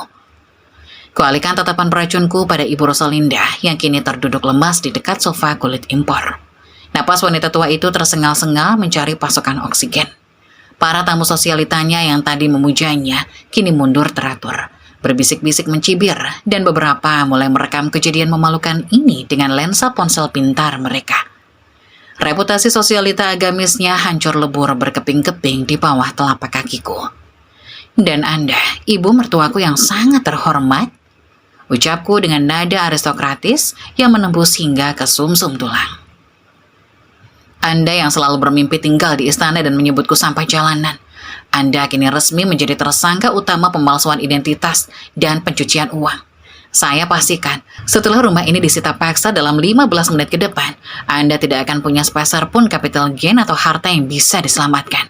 Anda akan diusir ke jalanan aspal, dan saya sangat menantikan hari di mana Anda terpaksa menyewa sebuah gubuk reot di pinggir rel kereta, menghirup bau solokan setiap malam, dan belajar dengan keras bagaimana rasanya menjadi seorang gelandangan sejati.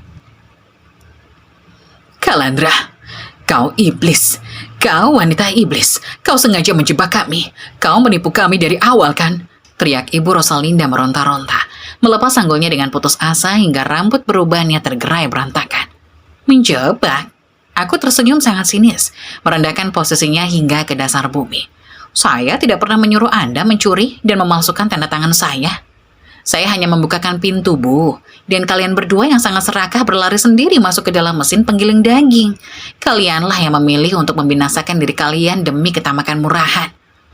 Aku memberi isyarat tangan yang elegan kepada komandan polisi yang berdiri siaga di belakangku. Pak Komandan, seluruh barang bukti sudah diserahkan sepenuhnya oleh tim legal kami. Bukti transfer, rekaman CCTV, dan berkas palsu. Silakan lakukan tugas Anda. Bersihkan portofolio kerajaan bisnis saya dari hama-hama berpenyakit ini. Dimengerti, Bu Kalandra. Tim, amankan tersangka Baskara Putra dan Rosalinda sekarang juga. Perintah komandan polisi tersebut dengan suara bariton yang bergema keras. 3 polisi langsung maju, menarik kedua lengan Baskara dengan kasar dan memborgol tangannya ke belakang punggung. Terdengar bunyi klik logam yang sangat merdu membelai telingaku. Ibu Rosalinda menjerit histeris sejadi-jadinya saat seorang poluan menarik kencang lengannya, menyeretnya tanpa ampun, menjauhi dari tumpukan tas bermerek miliknya yang kini resmi diberi garis polisi sebagai barang sitaan. Aurelia, yang menyadari ia tak lagi memiliki sumber uang dan pelindung, mencoba menyelinap pergi merangkak ke arah pintu keluar. Namun 2 orang tim eksekutor berbadan besar memblokir jalannya layaknya tembok beton. Maaf Nona, Anda harus angkat kaki dari properti pribadi ini sekarang juga, dan tinggalkan perhiasan serta tas mahal yang dibeli dengan uang hasil curian itu di sini sebagai barang sitaan negara, ucap salah satu eksekutor dengan tatapan mengancam. Aurelia menangis terseduh-seduh, melemparkan tas dan kalungnya ke lantai, lalu berlari ketakutan keluar rumah tanpa alas kaki, karena sepatu berhak tinggi aslinya pun ikut dilucuti paksa oleh timku di tempat kejadian. Aku berdiri kokoh dan tak tersentuh di tengah ruang tamu yang kini hancur berantakan. Teriakan putus asa Baskara dan jeritan melolong Ibu Rosalinda yang diseret kasar menuju mobil patroli polisi menjadi simfoni kemenangan yang teramat indah bagi jiwaku. Mereka pikir mereka bisa merampas kerajaanku dan menjadikanku budak miskin yang tunduk. Kenyataannya, mereka hanya sukses menjebloskan diri mereka sendiri ke dasar neraka finansial terdalam, menjadi debu kosmik tak berarti, sekedar sampah secara yang akan kulupakan keberadaannya esok pagi. Eksekusi pembalasan telah dijalankan secara mutlak. Keadilan korporatku pada akhirnya tidak akan pernah mengenal apa itu belas kasihan. Checkmate. 24 jam yang lalu, aku adalah seorang istri tak kasat mata yang berkeliaran di dapur sempit dengan balutan dasar lusuh. Hari ini, aku melangkah membelah lorong Direktorat Tindak Pidana Ekonomi Khusus Barreskrim Polri dengan setelan jas tailor-made berwarna abu-abu gelap dari Tom Ford, dipadukan dengan sepatu hak tinggi Christian Louboutin yang berdentak ritmis di atas lantai keramik. Udara dingin dari pendingin ruangan kantor polisi ini sama sekali tidak bisa menandingi suhu beku yang memancar dari setiap langkahku. Aparat yang berpapasan denganku mengangguk hormat, menyadari bahwa yang datang bukan sekedar pelapor biasa, melainkan raksasa korporasi yang mampu menggerakkan roda ekonomi kota ini dalam satu malam. Aku dikawal langsung oleh Pak Hermawan dan 2 orang penyidik senior menuju ruang interogasi nomor 3. Di balik pintu baja ringan itu, duduk seorang pria yang selama 7 tahun terakhir mengklaim dirinya sebagai suamiku, sekaligus predator finansial paling dungu yang pernah kutemui dalam sejarah karirku. Pintu terbuka dengan suara berderit pelan. Mataku langsung menangkap sosok Baskara Putra. Pria yang kemarin siang masih berdiri angkuh membusungkan dada di pinggir infinity pool itu, kini menyusut menjadi gumpalan daging yang teramat menyedihkan. Jas mahalnya telah dilucuti paksa, digantikan oleh kemeja tahanan berwarna oranye neon yang warnanya sangat kontras dengan wajahnya yang pucat pasi bak mayat. Tangan yang dulu ia gunakan untuk memalsukan otorisasi pencairan danaku, kini terikat erat oleh borgol baja, tertaut pada cincin besi di tengah meja interogasi yang dingin. "Kalandra," suara Baskara terdengar serak, pecah di ujungnya. Matanya yang memerah dan membengkak menatapku dengan campuran teror dan secercah harapan palsu yang memuakan. Aku menarik kursi besi di seberangnya. Duduk dengan keanggunan seorang ratu yang sedang meninjau eksekusi mati tawanan perangnya. Aku menyilangkan kaki, meletakkan tas Hermes Birkin hitamku di atas meja, dan menatapnya tanpa mengucapkan sepatah kata pun selama 1 menit penuh. Aku sengaja membiarkan keheningan ini mencekiknya pelan-pelan, membiarkan otaknya yang lamban mencerna perubahan drastis pada visual dan auraku. "Sayang, Kalandra istriku, kau datang untuk mencabut laporannya kan?" Baskara mulai meracau, tubuhnya mencondong ke depan hingga rantai borgolnya berbunyi gemerincing panik. "Ini semua salah paham. Tolong, keluarkan aku dari tempat kotor ini. Aku tidak bisa tidur semalaman. Aku ini kan manajer Kalandra. Aku punya reputasi yang harus dijaga. Tolonglah cabut laporannya. Aku janji akan menceraikan Aurelia si pelakor murahan itu. Dan kita akan mulai dari awal. Kau kaya raya, kita bisa hidup sangat bahagia." Rasio narasiku langsung mendominasi pikiran.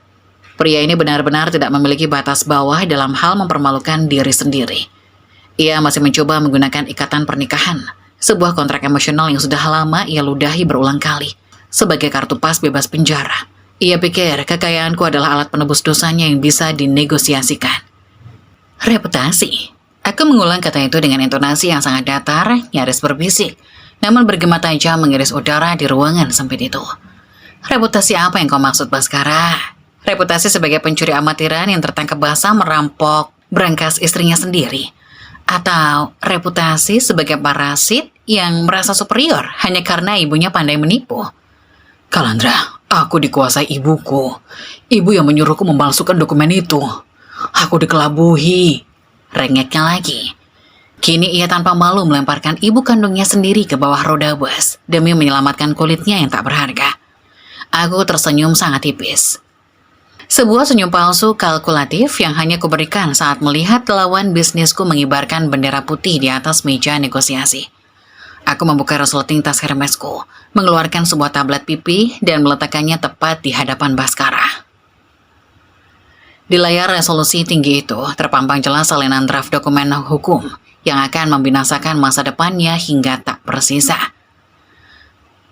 Mari kita bicara fakta dan angka, Baskara. Aku sama sekali tidak peduli siapa yang mencuci otak siapa.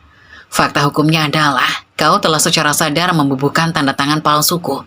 Sesuai hasil audit forensik dari Bank Sentral semalam, tindakanmu telah merugikan sistem stabilitas perbankan nasional. Itu adalah pidana murni kelas berat. Tak ada satupun uangku di dunia ini yang akan kugunakan untuk menyogok kebebasanmu. Jelasku dengan diksi korporat yang membekukan darah. Baskara terisak, air matanya menetes mengenai permukaan meja besi. "Lalu kenapa kau datang ke sini, Kalandra? Untuk menyiksaku secara mental? Kau sudah menyita rumah itu, kau sudah merampas semuanya dariku." "Aku datang ke sini untuk memastikan kau memahami detail tagihan kematianmu." Balasku cepat, mencondongkan tubuh ke depan hingga mataku menembus pupil matanya. Rumah di Elysium itu memang telah resmi kulucuti dan kusita sebagai aset beracun. Dan sisa uang tunai yang ada di seluruh rekeningmu telah kubekukan. Tapi ingat baik-baik, itu baru sekedar permulaan. Aku mengetuk layar tablet dengan ujung kuku merahku yang runcing, menggeser dokumen ke halaman berikutnya. Sesuai dengan instruksiku, tim eksekutor legal perusahaan telah memproses gugatan perdata terhadap dirimu. Kami menuntut ganti rugi material atas kerugian reputasi perusahaan dan manipulasi perbankan sebesar 15 miliar rupiah. Pengadilan akan memenangkan nominal ini dengan mudah karena buktinya sangat absolut. Baskara membelalakan matanya penuh kengerian. 15 miliar? Dari mana aku bisa mendapat uang sebanyak itu, Kalandra? Aku sudah hancur. Itu sama sekali bukan urusanku. Yang menjadi urusanku adalah memastikan sistem ini bekerja menyiksamu secara presisi. Potongku tanpa ampun. Memotong sisa napasnya. Namamu saat ini, detik ini juga, sudah berada di daftar teratas blacklist BI. Kau tidak akan pernah bisa mengajukan kredit, membuka rekening bisnis, atau menjadi direksi di perusahaan manapun di negeri ini. Seluruh upahmu akan tersedot habis oleh sistem autodebit pengadilan untuk membayar utang abadi ini kepadaku. Aku bersandar kembali ke kursi, menyerap kehancuran mental yang terlukis sempurna di wajah pria malang itu, layaknya kanvas mahakarya seni. Kau bermimpi mendapatkan capital gain instan dari rumah mewah itu, Baskara? Kenyataannya, kau tidak akan pernah memiliki apa-apa selain baju kumal yang menempel di badanmu. Kau akan keluar dari penjara ini bukan sebagai manusia bebas, melainkan sebagai seorang gelandangan yang terjerat utang pada mantan istrinya sendiri. Kau hanya akan menjadi benalu yang mengais sisa makanan di pinggir jalan, persis seperti kodrat aslimu. Kau iblis, kau sungguh bukan manusia, Kalandra, desis Baskara. Suaranya bergetar hebat di antara ketakutan yang absolut dan kebencian yang tak berdaya. Ia meronta kasar, mencoba menarik tangannya dari borgol, namun hanya menghasilkan suara gemerincing besi beradu yang sangat menyedihkan. Aku adalah hakim bagi mereka yang terlalu serakah, Baskara. Aku mematikan layar tablet dan memasukkannya kembali ke dalam tas dengan gerakan yang lamban. Kau dan ibumu telah mengajariku satu pelajaran yang sangat berharga, bahwa kemiskinan sejati tidak pernah diukur dari pakaian yang kita kenakan, melainkan dari ketamakan menjijikan yang bersarang di dalam dada. Hari ini, aku telah membersihkan portofolio kehidupanku dari sampah sejarah sepertimu. Aku berdiri tegak, merapikan jas abu-abuku dengan gerakan elegan. Nikmati sajian makanan penjaramu, mantan suamiku. Kuharap itu jauh lebih enak dan bergizi daripada tempe basi yang selalu kau hina di rumah kontrakanku dulu. Aku membalikkan badan dan melangkah keluar dari ruang interogasi tanpa menoleh sedikit pun ke belakang. Lolongan putus asa Baskara yang memanggil namaku memantul di dinding ruangan. Terdengar layaknya simfoni penutup yang mengakhiri tirai babak kehidupan masa lalunya. Langkahku menatap menyusuri lorong baraskrim.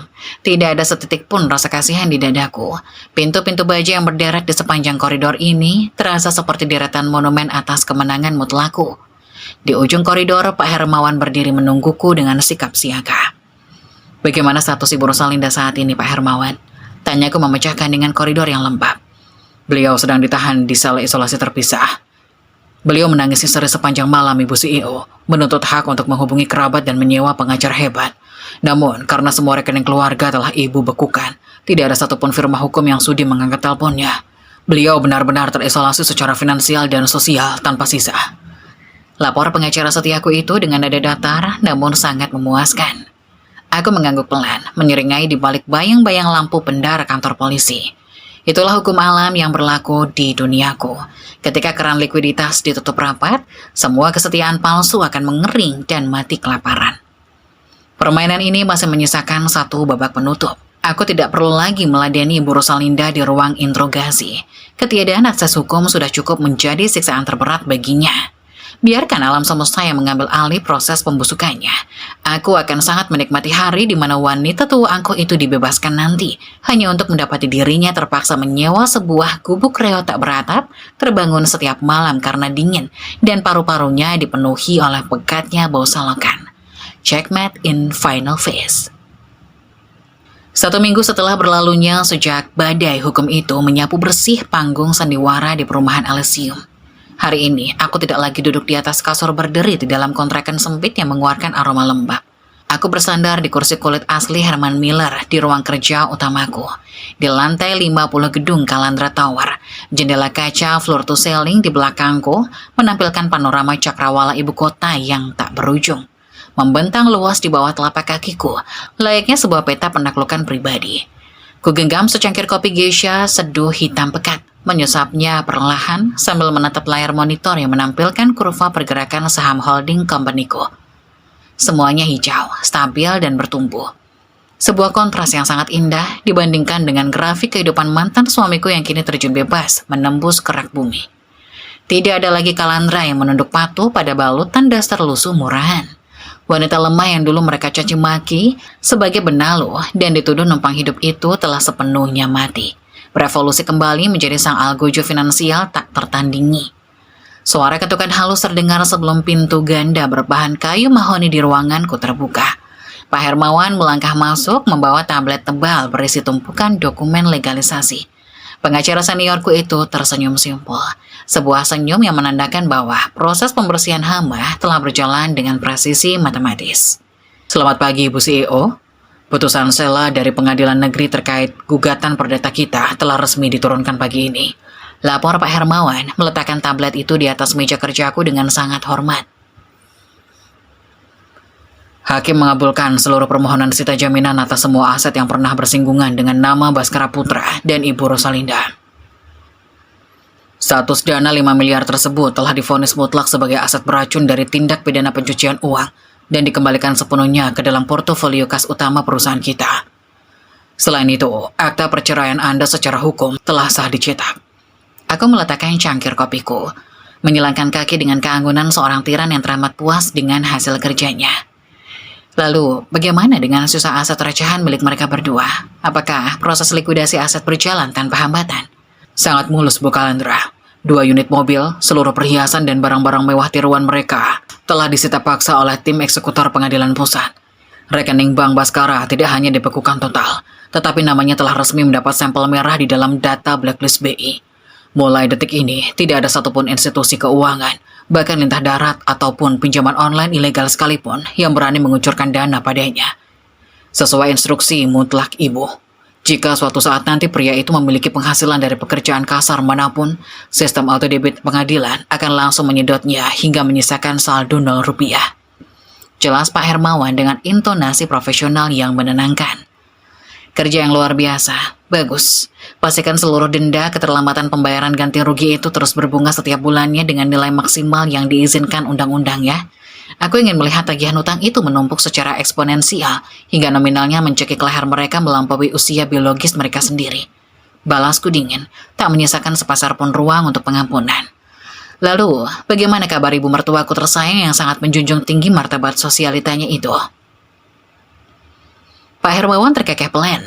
Sebuah pemandangan langka dari pengacara sedingin es itu. Ibu Rosalinda telah dibebaskan dari penahanan sementara kemarin sore karena status hukumnya diturunkan menjadi saksi sekaligus kaki tangan tanpa niat utama. Tentu saja ini berkat bantuan intervensi diam-diam dari kita agar ia tidak mati nyaman di dalam penjara. Namun, hal terburuk langsung menyambutnya begitu ia menghirup udara bebas. Ia mendapati rumah kontrakannya yang telah lama digembok rapat oleh pemilik aslinya, yang tentu saja adalah agen dari perusahaan cangkang milik ibu. Seluruh barang rongsokannya yang sudah kami keluarkan paksa, dan kami geletakkan begitu saja di pinggir jalan raya di bawah guyuran hujan semalam. Aku tersenyum sangat lebar hingga memamerkan deretan gigiku. Keputusan untuk membiarkannya bebas bersyarat adalah taktik penyiksaan psikologis yang jauh lebih brilian daripada sekedar kurungan besi. Penjara itu tempat yang terlalu mewah baginya karena di sana ia masih mendapat makan 3 kali sehari dan atap untuk berteduh secara gratis dari negara. Hukuman yang jauh lebih pantas dan mendidik untuk wanita angkuh itu adalah memaksanya hidup sebagai gelandangan di dunia nyata yang kejam. Ia harus merangkak mencari tempat berteduh di bawah sebuah gubuk reot yang bocor dan menukar udara ber-AC dengan bau selokan yang pekat setiap kali ia mencoba bernapas. Ia harus menelan harga dirinya bersama debu jalanan. Bagus sekali, biarkan wanita tua itu berjuang hidup bagai tikus di jalanan ibu kota. Ia tidak akan pernah lagi menghasilkan sepeser pun capital gain atau pengakuan sosial dari sisa hidupnya yang tidak berguna. Ujarku dengan kepuasan yang mendidih. Satu hal lagi Bu Kalandra, setelah Pak Hermawan, ekspresinya kembali menjadi serius dan formal. Sejak satu jam yang lalu, ada seorang wanita muda yang membuat keributan memalukan di lobi utama gedung ini. Tim keamanan sudah bersiap untuk menyeretnya keluar ke trotoar. Namun, dia terus menangis, berlutut, dan berteriak-teriak menyebut nama Anda dengan histeris. Dia adalah Nona Aurelia.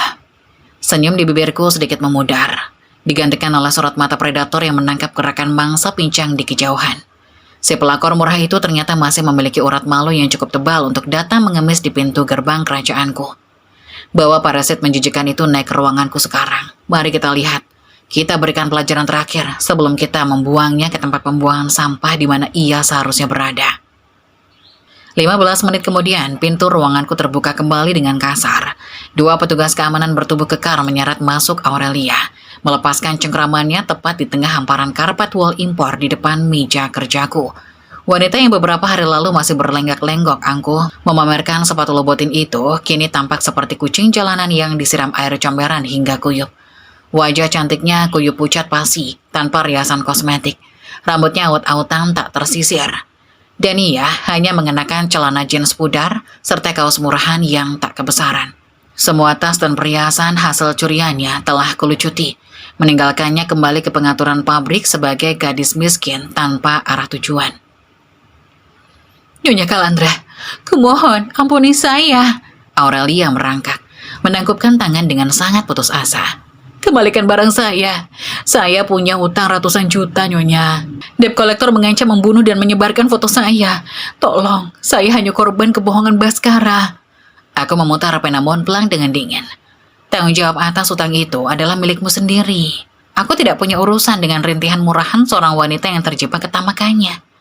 Barang itu adalah sitaan sah ganti rugiku. Aku memberi isyarat pada petugas keamanan. Syarat wanita ini keluar sekarang. Jeritan Aurelia lenyap di telan pintu yang tertutup. Aku menyesap kopiku dalam keheningan sempurna.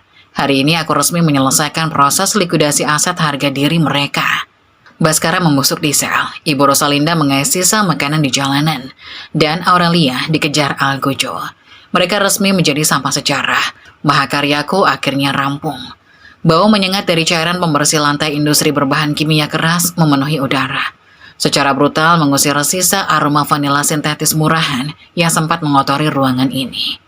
Aku berdiri bersedekap di tengah ruang tamu blok 8 nomor 12 klaster Elysium, menatap dingin ke arah 5 orang petugas kebersihan khusus yang sedang menyikat lantai marmer Carrara hingga mengkilap sempurna.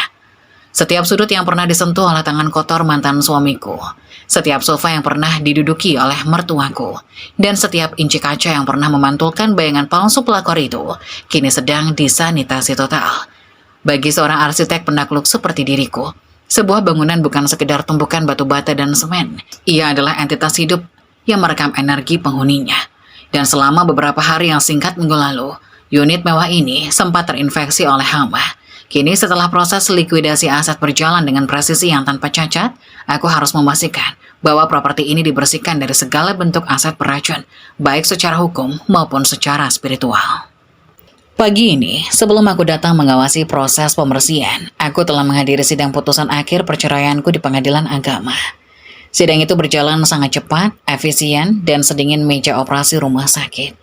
Baskara dihadirkan langsung dari sel tahanan Barreskrim. Penampilannya sungguh mengundang rasa muak sekaligus kepuasan yang teramat pekat.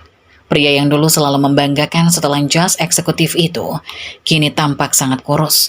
Matanya cekung menghitam, dan kemeja tahanannya berbau apak keringat ketakutan. Kalandra, aku mohon padamu. Jangan lakukan ini. Jika kau menceraikanku dalam keadaan aku menjadi pesakitan, hidupku benar-benar tamat. Aku masih suamimu secara agama. Aku berhak atas pengampunanmu. Tolong, setidaknya beri aku sedikit belas kasihan atau sebagian kecil hartamu untuk membayar pengacara yang layak. Rata Baskara di hadapan majelis hakim. Suaranya pecah dan bergetar hebat.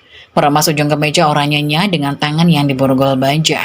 Ia memancarkan keputusasaan murni dari seorang parasit menjijikan yang inangnya telah menolak mentah-mentah untuk dihisap kembali.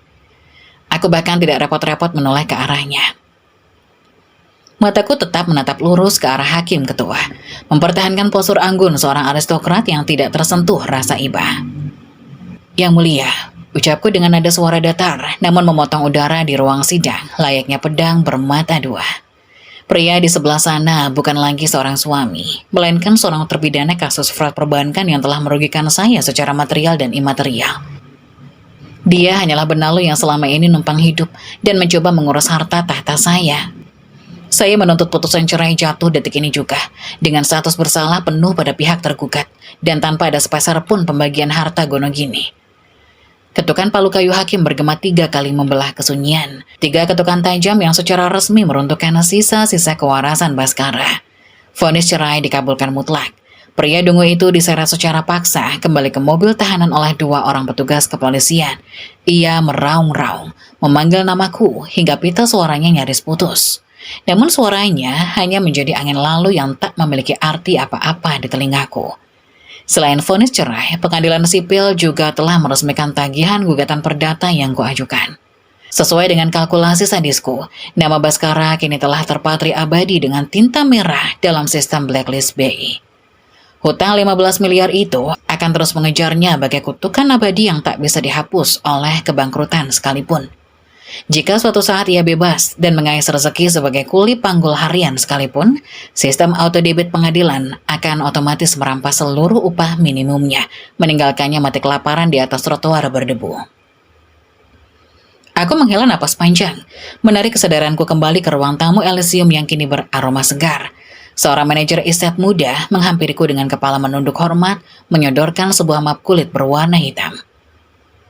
Ibu Kalandra, proses sterilisasi unit ini sudah mencapai tahap akhir. Selain itu, dokumen penawaran baru dari calon pembeli asal Singapura sudah siap untuk Ibu tanda tangani.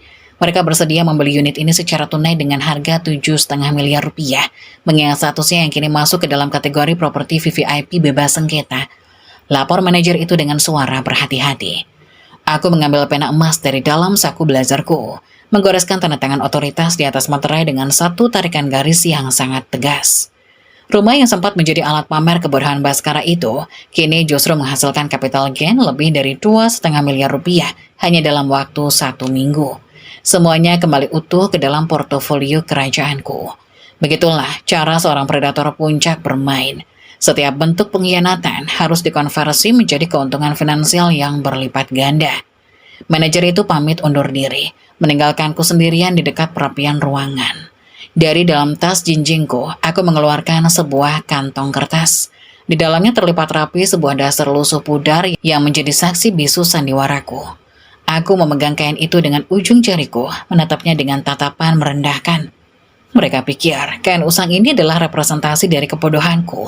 Mereka tidak pernah sadar bahwa ini hanyalah jubah penyamaran seorang algojo yang sedang mengukur kedalaman liang kubur mereka secara diam-diam. Aku melempar dasar itu ke dalam mesin pembakar di halaman belakang properti ini. Dengan satu sentuhan tombol, api menyala terang, menghanguskan kain murah itu menjadi abu kelabu. Bersama dengan musnahnya dasar itu, musnah pula lah sosok istri malang yang selalu ditindas. Identitas itu telah kuhapus permanen. Tugas utamaku di fase ini telah selesai dengan sangat sempurna. Sang eksekutor telah menjalankan rancangan akhirnya tanpa cacat. Baskara membusuk di sel.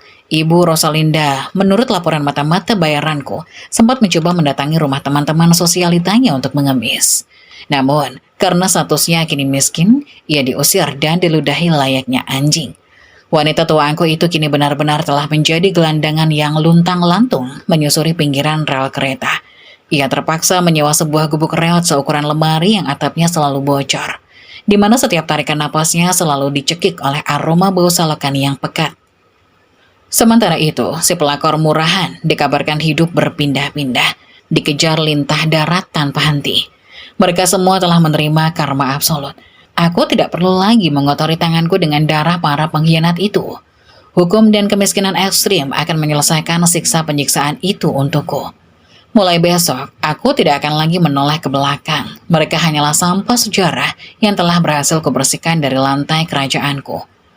Aku membalikkan badan, melangkah keluar dari pintu utama rumah mewah itu dengan dagu terangkat tinggi. Udara sore ibu kota menyambut wajahku, terasa sangat membebaskan. Tirai sandiwara itu telah resmi ditutup mutlak. Aku, Kalandra Kirana, adalah arsitek tunggal dari takdirku sendiri. Dan mulai detik ini, akulah sang penguasa absolut yang tak akan pernah bisa disentuh oleh siapapun. Skakmat seutuhnya.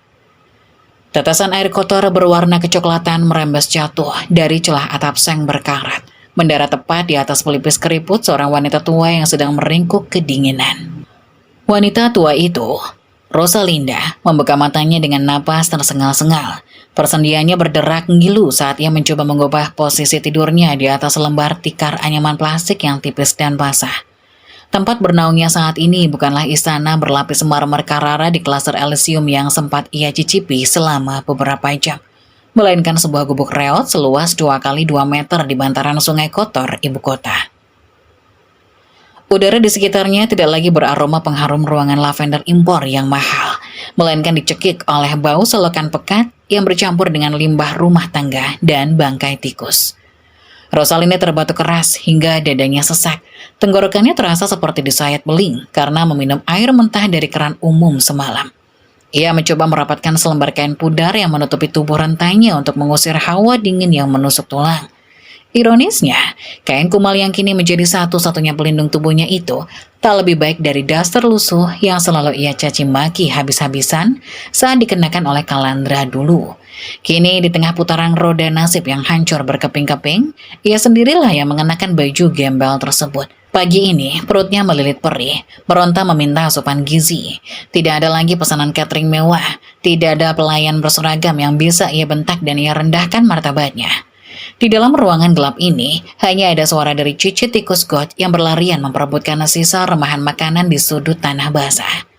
Didorong oleh rasa lapar yang merobek lambung, Rosalinda merangkak perlahan menuju sebuah tas kresek hitam yang tersandar di pojok gubuk. Tas plastik itu adalah satu-satunya koper yang tersisa untuknya setelah tim eksekutor pengadilan melucuti seluruh harta bendanya tanpa ampun minggu lalu. Tangan rentainya gemetar merogoh ke dalam, mencari sebuah dompet kulit imitasi miliknya. Di dalam sana seharusnya masih ada uang tunai pecahan 100.000 sebanyak 5 lembar. Sisa uang arisan yang berhasil ia sembunyikan di balik pakaian dalamnya saat penyerbuan polisi dan pengusiran paksa itu terjadi. Tangannya meraba dengan panik hingga ke dasar kresek. Kosong. Dompet merah itu lenyap tanpa jejak. Mata Rosalinda melebar, jantungnya berdegup kencang. Ingatannya terlempar paksa pada kejadian sore kemarin, saat hujan badai turun dengan sangat deras. Aurelia, si pelakor murahan yang tadinya ia banggakan setinggi langit sebagai calon menantu idaman pembawa rezeki, sempat datang mengemis tempat berteduh kepadanya. Wanita muda yang esensinya murni seorang parasit itu, datang dengan pakaian basah kuyup dan riasan luntur. Rosalinda yang saat itu kelelahan menangisi nasibnya tertidur lelap sejenak. Ternyata, diam-diam parasit itu menggasak dompet satu-satunya milik Rosalinda sebelum melarikan diri kembali ke tengah derasnya hujan. Parasit memakan parasit, pengkhianat dikhianati, dan dirampok oleh sesama pengkhianat. Sungguh sebuah rantai makanan yang sangat hina dan menjijikan untuk disaksikan. "Gadis jalang tidak tahu diuntung," jerit Rosalinda histeris. Suaranya surak, pecah, membantul di dinding tripleks basah gubuknya. Ia memukul lantai tanah berlumpur itu dengan kepalan tangan yang gemetar. Gelang-gelang emas kebanggaannya sudah tak ada lagi, berganti dengan daki hitam dan lumpur selokan yang menempel menjijikan di sela-sela kukunya. Realitas telah melemparnya dengan kekuatan ribuan metrik ton. Ia benar-benar telah resmi menjadi seorang gelandangan di jalanan aspal ibu kota yang tak kenal ampun. Tidak ada lagi hak istimewa, tidak ada lagi senyuman palsu dari komunitas sosialitanya. Keputusan pengadilan telah mengklasifikasikan seluruh kemewahan ilusinya di masa lalu sebagai aset beracun yang harus dirampas total oleh negara. Tidak hanya itu, bayang-bayang gugatan perdata bernilai belasan miliar rupiah yang dilemparkan Calandra kini menjadi algojo tak kasat mata yang akan terus mengunci lehernya hingga ke liang lahat. Anak kebanggaannya, Baskara, kini membusuk di balik jeruji besi sel isolasi dengan nama yang telah tercetak tebal selamanya di dalam blacklist BI. Jangankan untuk bangkit kembali dan membelikan ibunya rumah baru, setiap pecahan upah kuli yang mungkin dikumpulkan Baskara di masa depan jika ia bebas nanti akan langsung disedot habis tanpa sisa oleh sistem auto-debit pengadilan untuk menyicil kerugian Calandra. Mereka tidak memiliki masa depan, mereka tidak memiliki harapan, dan yang paling absolut, mereka dipastikan tidak akan pernah memiliki sepeser pun capital gain dari sisa umur mereka yang menyedihkan. Menyerah pada rasa perih di perutnya, Rosalinda memaksakan diri bangkit kembali.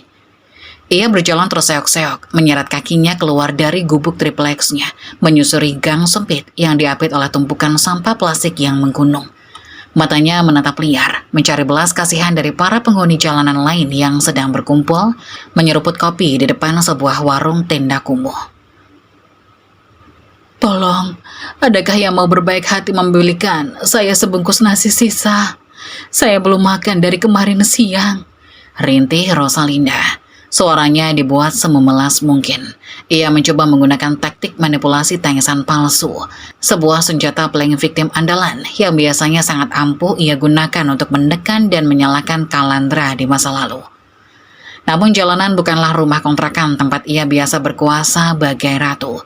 Jalanan memiliki hukum rimbanya sendiri. Hukum yang jauh lebih brutal dan tak kenal belas kasihan. Seorang ibu bertubuh gemuk yang sedang menggoreng tempe mendoan di warung itu menoleh, menatap Rosalinda dari atas hingga ke bawah dengan sorot mata merendahkan. Tatapan yang ironisnya sama persis seperti yang dulu selalu Rosalinda lemparkan kepada menantunya. Nenek tua, kemarin waktu kau baru dibuang ke tempat ini, kau berteriak-teriak jijik melihat warung kami. Kau meludah ke tanah dan bilang kami ini gembel kotor yang pantas mati kelaparan. Sekarang kau merangkak mengemis nasi kepada aku. Cibir ibu warung itu dengan suara sangat lantang, sengaja memancing perhatian. Tawa sumbang seketika meledak dari segerombolan preman dan kuli angkut yang sedang beristirahat di sana. Tolonglah, saya ini dulunya orang kaya. Anak saya itu eksekutif, manajer perusahaan besar. Sebentar lagi dia pasti akan keluar dari masalahnya dan membayarmu 100 kali lipat dari harga nasi itu.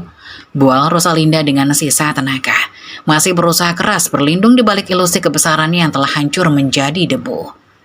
Seorang preman bertato di lengannya tertawa terbahak-bahak hingga memukul keras meja kayu warung. Anak eksekutif, jangan mimpi di siang bolong, Nek. Kemarin wajah anakmu itu terpampang besar di halaman depan koran kriminal yang kubuat bungkus kacang. Penipu bank kan? Pencuri uang istrinya sendiri. Kalian itu cuma sampah miskin yang berhayal sok kaya. Sadar diri sajalah, Nek. Kau itu sekarang tidak lebih dari seekor benalu cacat yang sudah tidak punya inang lagi untuk numpang hidup. Hinaan kasar itu meluncur setajam belati, menghantam telak tepat di ulu hati Rosalinda. Mulutnya terbuka lebar dan membalas, untuk meneriakkan rentetan keangkuhan sosialitanya. Namun tak ada satupun suara yang berhasil keluar dari pita suaranya yang mengering.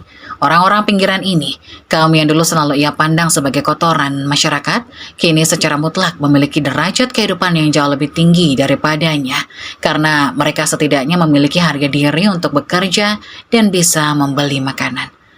Dari kejauhan, melalui layar televisi tabung yang menyala di sudut warung, suara pembawa acara berita ekonomi terdengar lantang membacakan laporan bursa saham harian. Mata Rosalinda tanpa sengaja menangkap logo emas Kalandra Land terpampang megah di layar kaca tersebut. Sang pembaca berita menyebutkan dengan penuh kekaguman bahwa CEO perusahaan multinasional itu baru saja menggunakan hak veto untuk mengakuisisi blok komersial baru, memperkuat dominasi portofolio propertinya di Asia Tenggara. Berita itu juga menyebutkan bahwa Kalandra Land sukses memecahkan rekor audit forensik tercepat yang membersihkan nama perusahaannya dari hama internal. Sang ratu sejati berkuasa itu terus melesat terbang naik ke puncak piramida emasnya. Tak tersentuh, dingin, bersinar, dan absolut. Kalandra telah melakukan likuidasi aset secara menyeluruh. Ia bukan hanya memusnahkan harta benda Rosalinda, tetapi secara harfiah membumi hanguskan eksistensi wanita tua itu dari peta kehidupan peradaban. Rosalinda terhuyung mundur, napasnya tercekat di tenggorokan, lututnya kehilangan seluruh daya topangnya, dan ia pun ambruk jatuh terduduk keras di atas tanah becek yang tergenang air comberan hitam. Cipratan lumpur berbau busuk menodai wajah keriputnya yang dulu selalu dilapisi bedak mahal. Ia akhirnya menangis histeris, air mata keputusasaannya tumpah bercampur dengan kotoran selokan. Ia menjerit melolong merutuki nasibnya yang tamat, merutuki kebodohan anaknya yang serakah, dan merutuki pelakor yang mencuri sisa napasnya. Namun tak satupun dari tangisan darah itu yang mampu memutar jarum jam kembali ke belakang. Dilihat dari atas bentang langit ibu kota, penderitaan Rosalinda hanyalah sebuah titik debu kecil yang sangat tidak berarti di tengah lautan kemiskinan.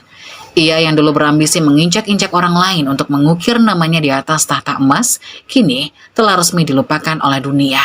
Tak akan ada yang memedulikan penderitaannya lagi, apalagi kematiannya kelak. Ia telah tuntas dihakimi, dikuliti, dan dibuang secara elegan oleh arsitek kehancurannya sendiri, hanya untuk dikenang abadi sebagai seonggok sampah sejarah yang membusuk dalam diam di dasar selokan.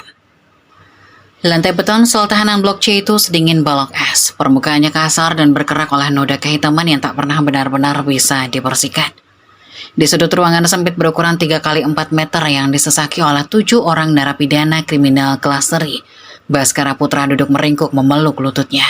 Udara di dalam sel itu sangat pengap. Sirkulasi yang buruk membuat oksigen harus berbagi ruang dengan aroma keringat asam, pesing, dan bau selokan yang menguap dari lubang kakus tanpa penutup di ujung sel. Pria yang baru seminggu lalu berdiri angkuh memamerkan jas bespoke dan jam tangan mewah di pinggir kolam renang marmer itu, kini telah menyusut sebagai sesosok kerangka hidup yang gemetar. Seragam tahanan berwarna oranye pudar yang melekat di tubuhnya terasa kasar menggesek kulitnya, jauh lebih hina dan lebih menjijikan daripada dasar lusuh yang dulu selalu ia jadikan bahan hinaan untuk mantan istrinya. Wajahnya yang dulu selalu dipoles dengan keangkuhan narsistik, kini dipenuhi dengan lebam kebiruan.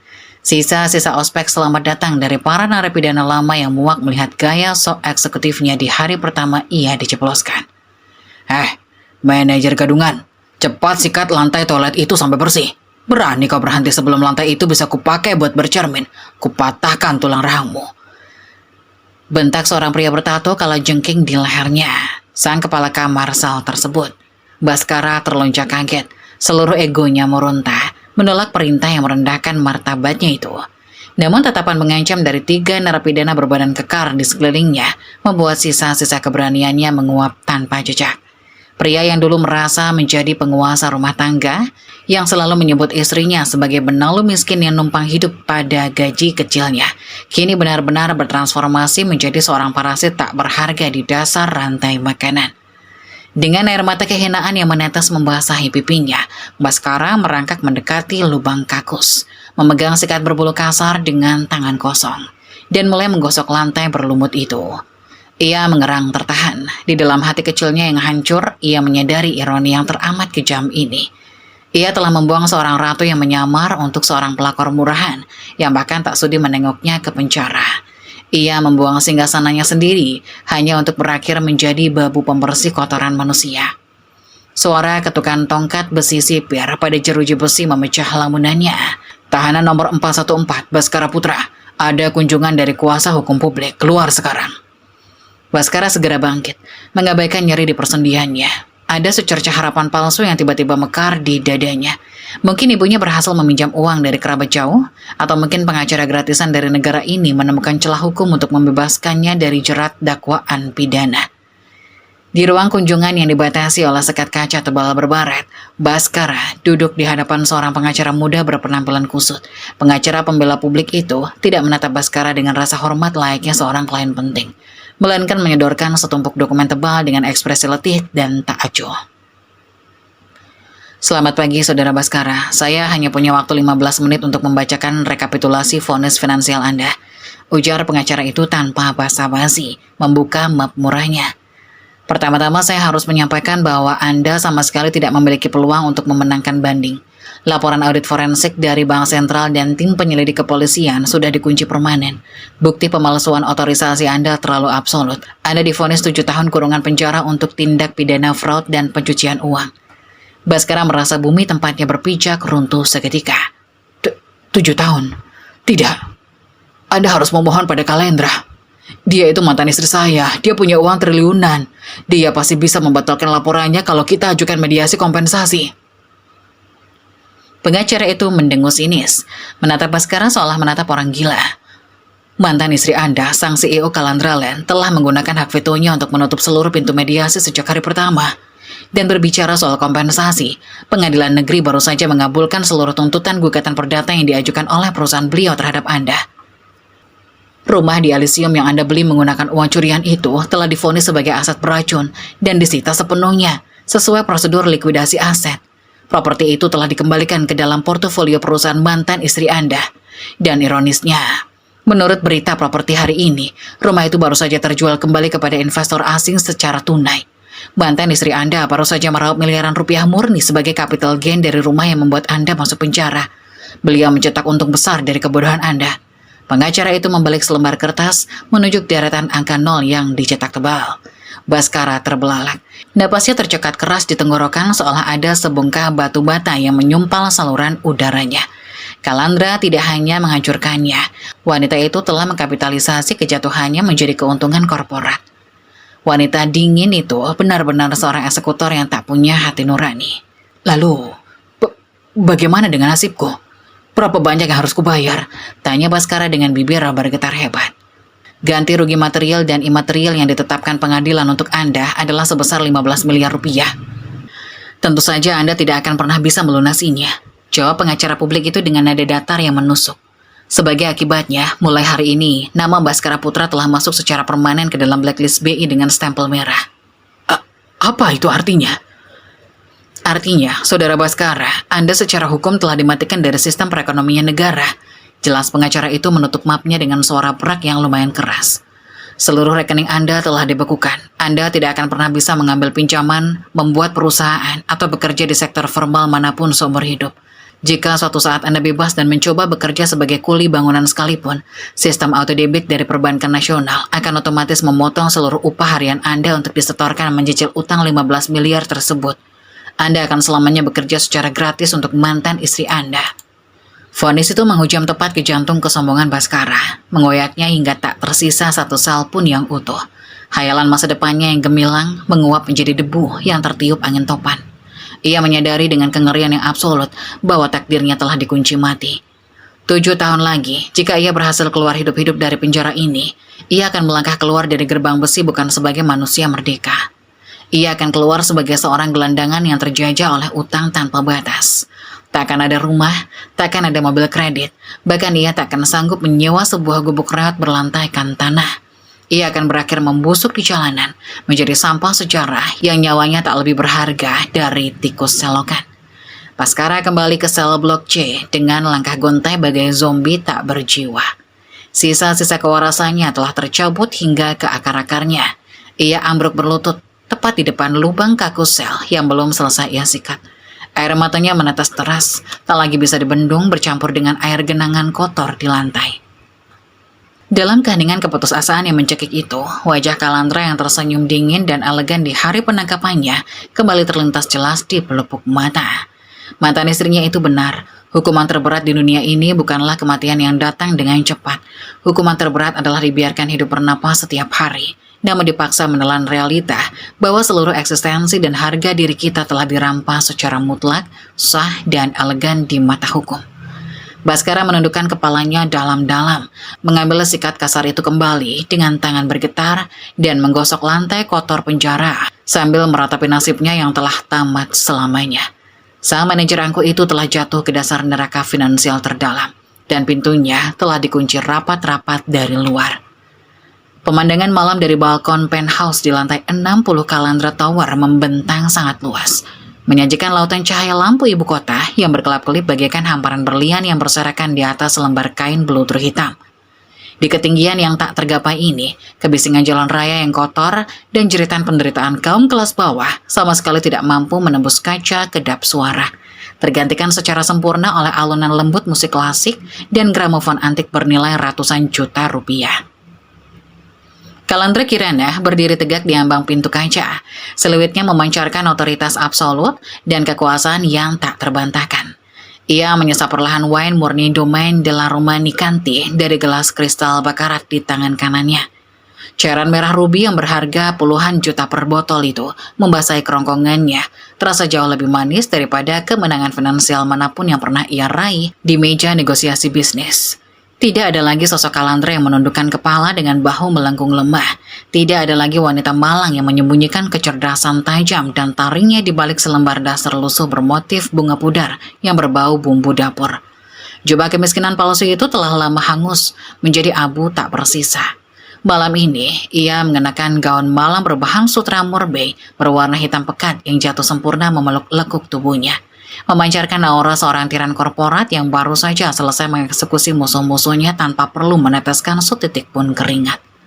Ia adalah sang penguasa mutlak, arsitek dari kerajaannya sendiri yang telah berhasil mensterilkan lingkungannya dari segala bentuk hama tak berguna. Suara ketukan halus yang sangat sopan memecahkan dengan elegan di ruangan tersebut. Pintu kayu mahoni berukir itu terbuka perlahan menampilkan sosok Pak Hermawan, pengacara senior korporat yang selalu bertindak sebagai eksekutor setia dari setiap perintah kejam Kalandra itu melangkah masuk dengan membawa sebuah map kulit berwarna hitam. Ia menunduk hormat dengan sudut yang sangat presisi, menempatkan dirinya sebagai abdi hukum murni bagi sang ratu penguasa aset. Selamat malam Ibu Kalandra. Maaf jika saya mengganggu waktu istirahat Anda. Saya membawa laporan pamungkas dari Divisi Hukum dan Keamanan Pusat kita. Seluruh proses likuidasi aset pihak tergugat telah mencapai status final hari ini. Lapor Pak Hermawan dengan intonasi bariton yang tenang, namun menyimpan kepuasan tersirat. Kalandra membalikkan tubuhnya yang ramping, melangkah dengan keanggunan seorang aristokrat menuju meja marmer Italia di tengah ruangan. Ia meletakkan gelas kristalnya dengan anggun dan menerima map kulit tersebut dari tangan pengacaranya. Waktu istirahatku baru akan benar-benar dimulai ketika aku memastikan tidak ada satupun dari mereka yang memiliki sisa napas untuk bangkit menantangku kembali. Mari kita lihat hasil akhir dari karya seni kehancuran ini, Pak Hermawan. Jemarinya yang dihiasi cincin berlian murni membuka halaman pertama map tersebut. Lembaran itu menampilkan foto mugshot terbaru Baskara Putra dari dalam sel isolasi Barreskrim. Wajah pria yang dulu selalu angkuh, membusungkan dadanya itu kini dihiasi oleh tulang pipi yang menonjol pucat, kantung mata yang menghitam pekat, dan sorot mata kosong tanpa jiwa. Kalandra tersenyum sinis melihat laporan rinci di bawah foto tersebut. Dokumen audit forensik telah disegel permanen oleh kejaksaan, mengunci masa kurungan Baskara tanpa satupun peluang remisi atau pengurangan hukuman. Yang lebih memuaskan bagi Kalandra adalah kalkulasi matematis dari penderitaan mutlak mantan suaminya tersebut. Baskara tidak sekedar kehilangan kebebasan fisiknya di balik jeruji besi. Pria itu telah diikat erat oleh keputusan gugatan perdata senilai 15 miliar rupiah yang tak akan pernah bisa ia lunasi seumur hidupnya. Bahkan jika ia harus menjual seluruh organ tubuhnya sekalipun. Identitas finansial Baskara telah dikremasi hidup-hidup di mata hukum. Namanya terpaku secara permanen dengan status merah di pangkalan data blacklist BI. Negara tidak lagi mengakuinya sebagai subjek ekonomi yang sah. Lebih kejam dan kalkulatif lagi, Kalandra telah memastikan bahwa sistem perbankan nasional akan menerapkan pemotongan auto debit secara paksa jika suatu saat nanti pria itu keluar dari penjara dan mencoba mengumpulkan upah harian. Baskara dipastikan akan mati kelaparan secara perlahan di atas aspal jalanan, karena setiap tetes keringatnya telah sah disita oleh pengadilan untuk membayar utang kepada wanita yang dulu sangat berani ia hianati. Kalandra membalik halaman berikutnya dengan gerakan lambat yang sangat menikmati setiap detik prosesnya. Halaman kedua ini didedikasikan sepenuhnya untuk Ibu Rosalinda. Wanita tua yang selalu memuja status sosial palsunya itu kini tertangkap lensa kamera pengawas jalanan sedang meringkuk kedinginan di sudut jalanan becek ibu kota. Rosalinda kini resmi menjadi seorang gelandangan cacat tanpa identitas. Tubuh rentanya hanya dibalut oleh lapisan plastik bekas dan kain compang-camping. Tinggal membusuk di dalam sebuah gubuk reot di pinggir bantaran sungai yang airnya bergradasi sehitam oli mesin bekas. Kalandra tertawa pelan, tawanya merdu namun memiliki ketajaman yang mampu membekukan aliran darah. Rosalinda dulu selalu memiliki keberanian untuk menudingkan telunjuk ke wajah Kalandra, memanggilnya sebagai benalu miskin yang hanya bisa numpang hidup dari belas kasihan anaknya.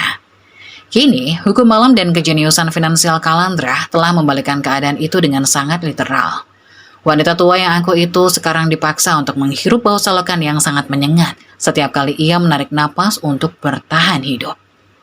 Ia tidak memiliki apa-apa lagi di dunia ini selain penyesalan pekat yang perlahan membusukkan paru-parunya. Rosalinda telah ditelanjangi dari segala kehormatannya, direndahkan hingga ke tingkat terdasar dari hierarki peradaban manusia.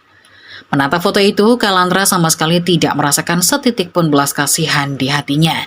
Ia justru menganggap pemandangan penderitaan itu sebagai sebuah keadilan absolut yang teramat puitis. Halaman ketiga menyajikan akhir kisah dari sang pendatang haram yang merusak rumah tangganya, Aurelia. Sang pelakor murahan itu dilaporkan tertangkap dan dihajar oleh sindikat penagih utang kejam akibat tumpukan pinjaman online yang ia gunakan untuk mendanai gaya hidup sosialitannya yang sepenuhnya fiktif. Tidak ada lagi tas branded asli atau rumah mewah berlantai marmer yang bisa ia pamerkan di media sosial. Ia hanyalah murni seekor parasit yang mati mengering seketika ketika inang utamanya dibinasakan.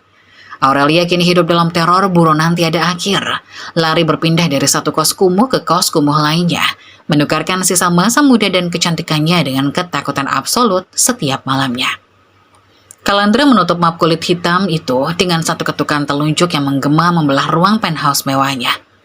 Selesai, seluruh parasit yang sempat mencoba menghisap darah dari kerajaannya telah dimusnahkan hingga ke akar selulernya. Mereka sungguh berpikir mereka bisa membodohi seorang jenius korporat dengan skema pencurian yang sangat amatiran. Mereka tidak pernah sadar bahwa sejak awal mula Kalandra hanya membiarkan mereka bermain-main sesaat di atas papan caturnya, menggunakan hak veto diam-diam untuk memastikan setiap kebahagiaan palsu yang mereka raih berujung pada bunuh diri finansial yang tak terhindarkan. Kalandra telah berhasil mengonversi unit properti yang sempat menjadi aset beracun tersebut menjadi kapital gain murni bernilai miliaran rupiah bagi perusahaannya. Pengkhianatan mereka pada akhirnya hanyalah instrumen kecil penambah kekayaan di dalam buku besar akuntansinya. Tugas legal Anda sudah selesai dengan sangat sempurna, Pak Hermawan. Segera hancurkan seluruh berkas fisik mereka di mesin penghancur kertas malam ini juga. Aku tidak sudi melihat nama-nama kotor itu menodai kelancaran portofolio kerajaanku sekejap pun lagi. Perintah Kalandra tanpa menoleh sedikit pun. Pandangannya kembali terlempar jauh ke arah gemerlap lampu kota yang tunduk di bawah kendalinya. Laksanakan seketika, Ibu Kalandra. Mereka kini secara resmi menjadi debu jalanan yang terlupakan oleh peradaban. Balas Pak Hermawan seraya membungkuk dalam. Pengacara itu lalu membalikkan badan dan melangkah keluar, menutup rapat pintu ganda kayu mahoni tersebut, meninggalkan sang ratu dalam kesendiriannya yang teramat agung. Kalandra Kirana kembali mengangkat gelas kristalnya, memantulkan pendar cahaya lampu keemasan pada cairan wine di dalamnya. Ia bersulang pada malam yang sunyi, bersulang pada keadilan korporat yang tak tertandingi oleh siapapun. Tidak akan pernah ada kata-kata pengampunan bagi para pengkhianat. Tidak akan pernah ada belas kasihan bagi ketamakan yang dungu. Baskara, Rosalinda, dan Aurelia kini telah tuntas dihapus dari peradaban manusia. Terkubur hidup-hidup di dalam liang kemiskinan ekstrim yang sengaja mereka gali sendiri. Mereka hanya akan dikenang sebagai onggokan sampah sejarah yang tak berharga di mata sang penguasa. Bibir Kalandra menyunggingkan senyum kemenangan yang mematikan. Sandiwara melelahkan ini telah resmi usai, dan tahta kerajaan ini mutlak menjadi miliknya selamanya. Mahakarya balas dendam ini telah selesai ia tulis dengan tinta emas tak terhapuskan. Skakmat abadi. Tamat.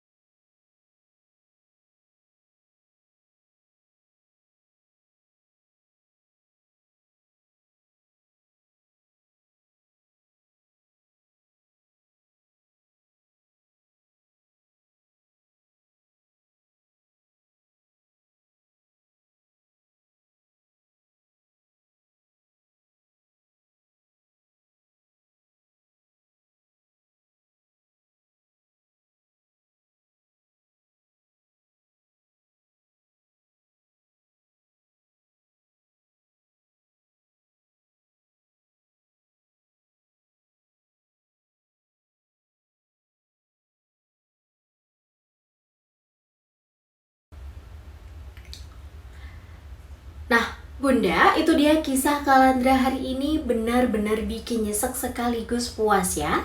Melihat seorang istri yang difitnah habis-habisan akhirnya berhasil memutar balik keadaan dan membuat suami pengkhianat itu merasakan pahitnya hidup sebagai kuli kasar. Bagaimana nih menurut Bunda tentang balasan telak Kalandra yang membeli utang suaminya tadi? Boleh banget bagikan pendapat Bunda di kolom komentar ya. Terima Terima kasih banyak untuk Bunda dan teman-teman yang sudah setia menemani Ratna dan menonton ceritanya sampai habis. Jangan lupa untuk tekan tombol like, share, dan subscribe video ini supaya Ratna makin semangat untuk bikin cerita-cerita selanjutnya. Tetap jaga kesehatan, kebahagiaan, dan sampai jumpa lagi di cerita Ratna selanjutnya. Wassalamualaikum warahmatullahi wabarakatuh.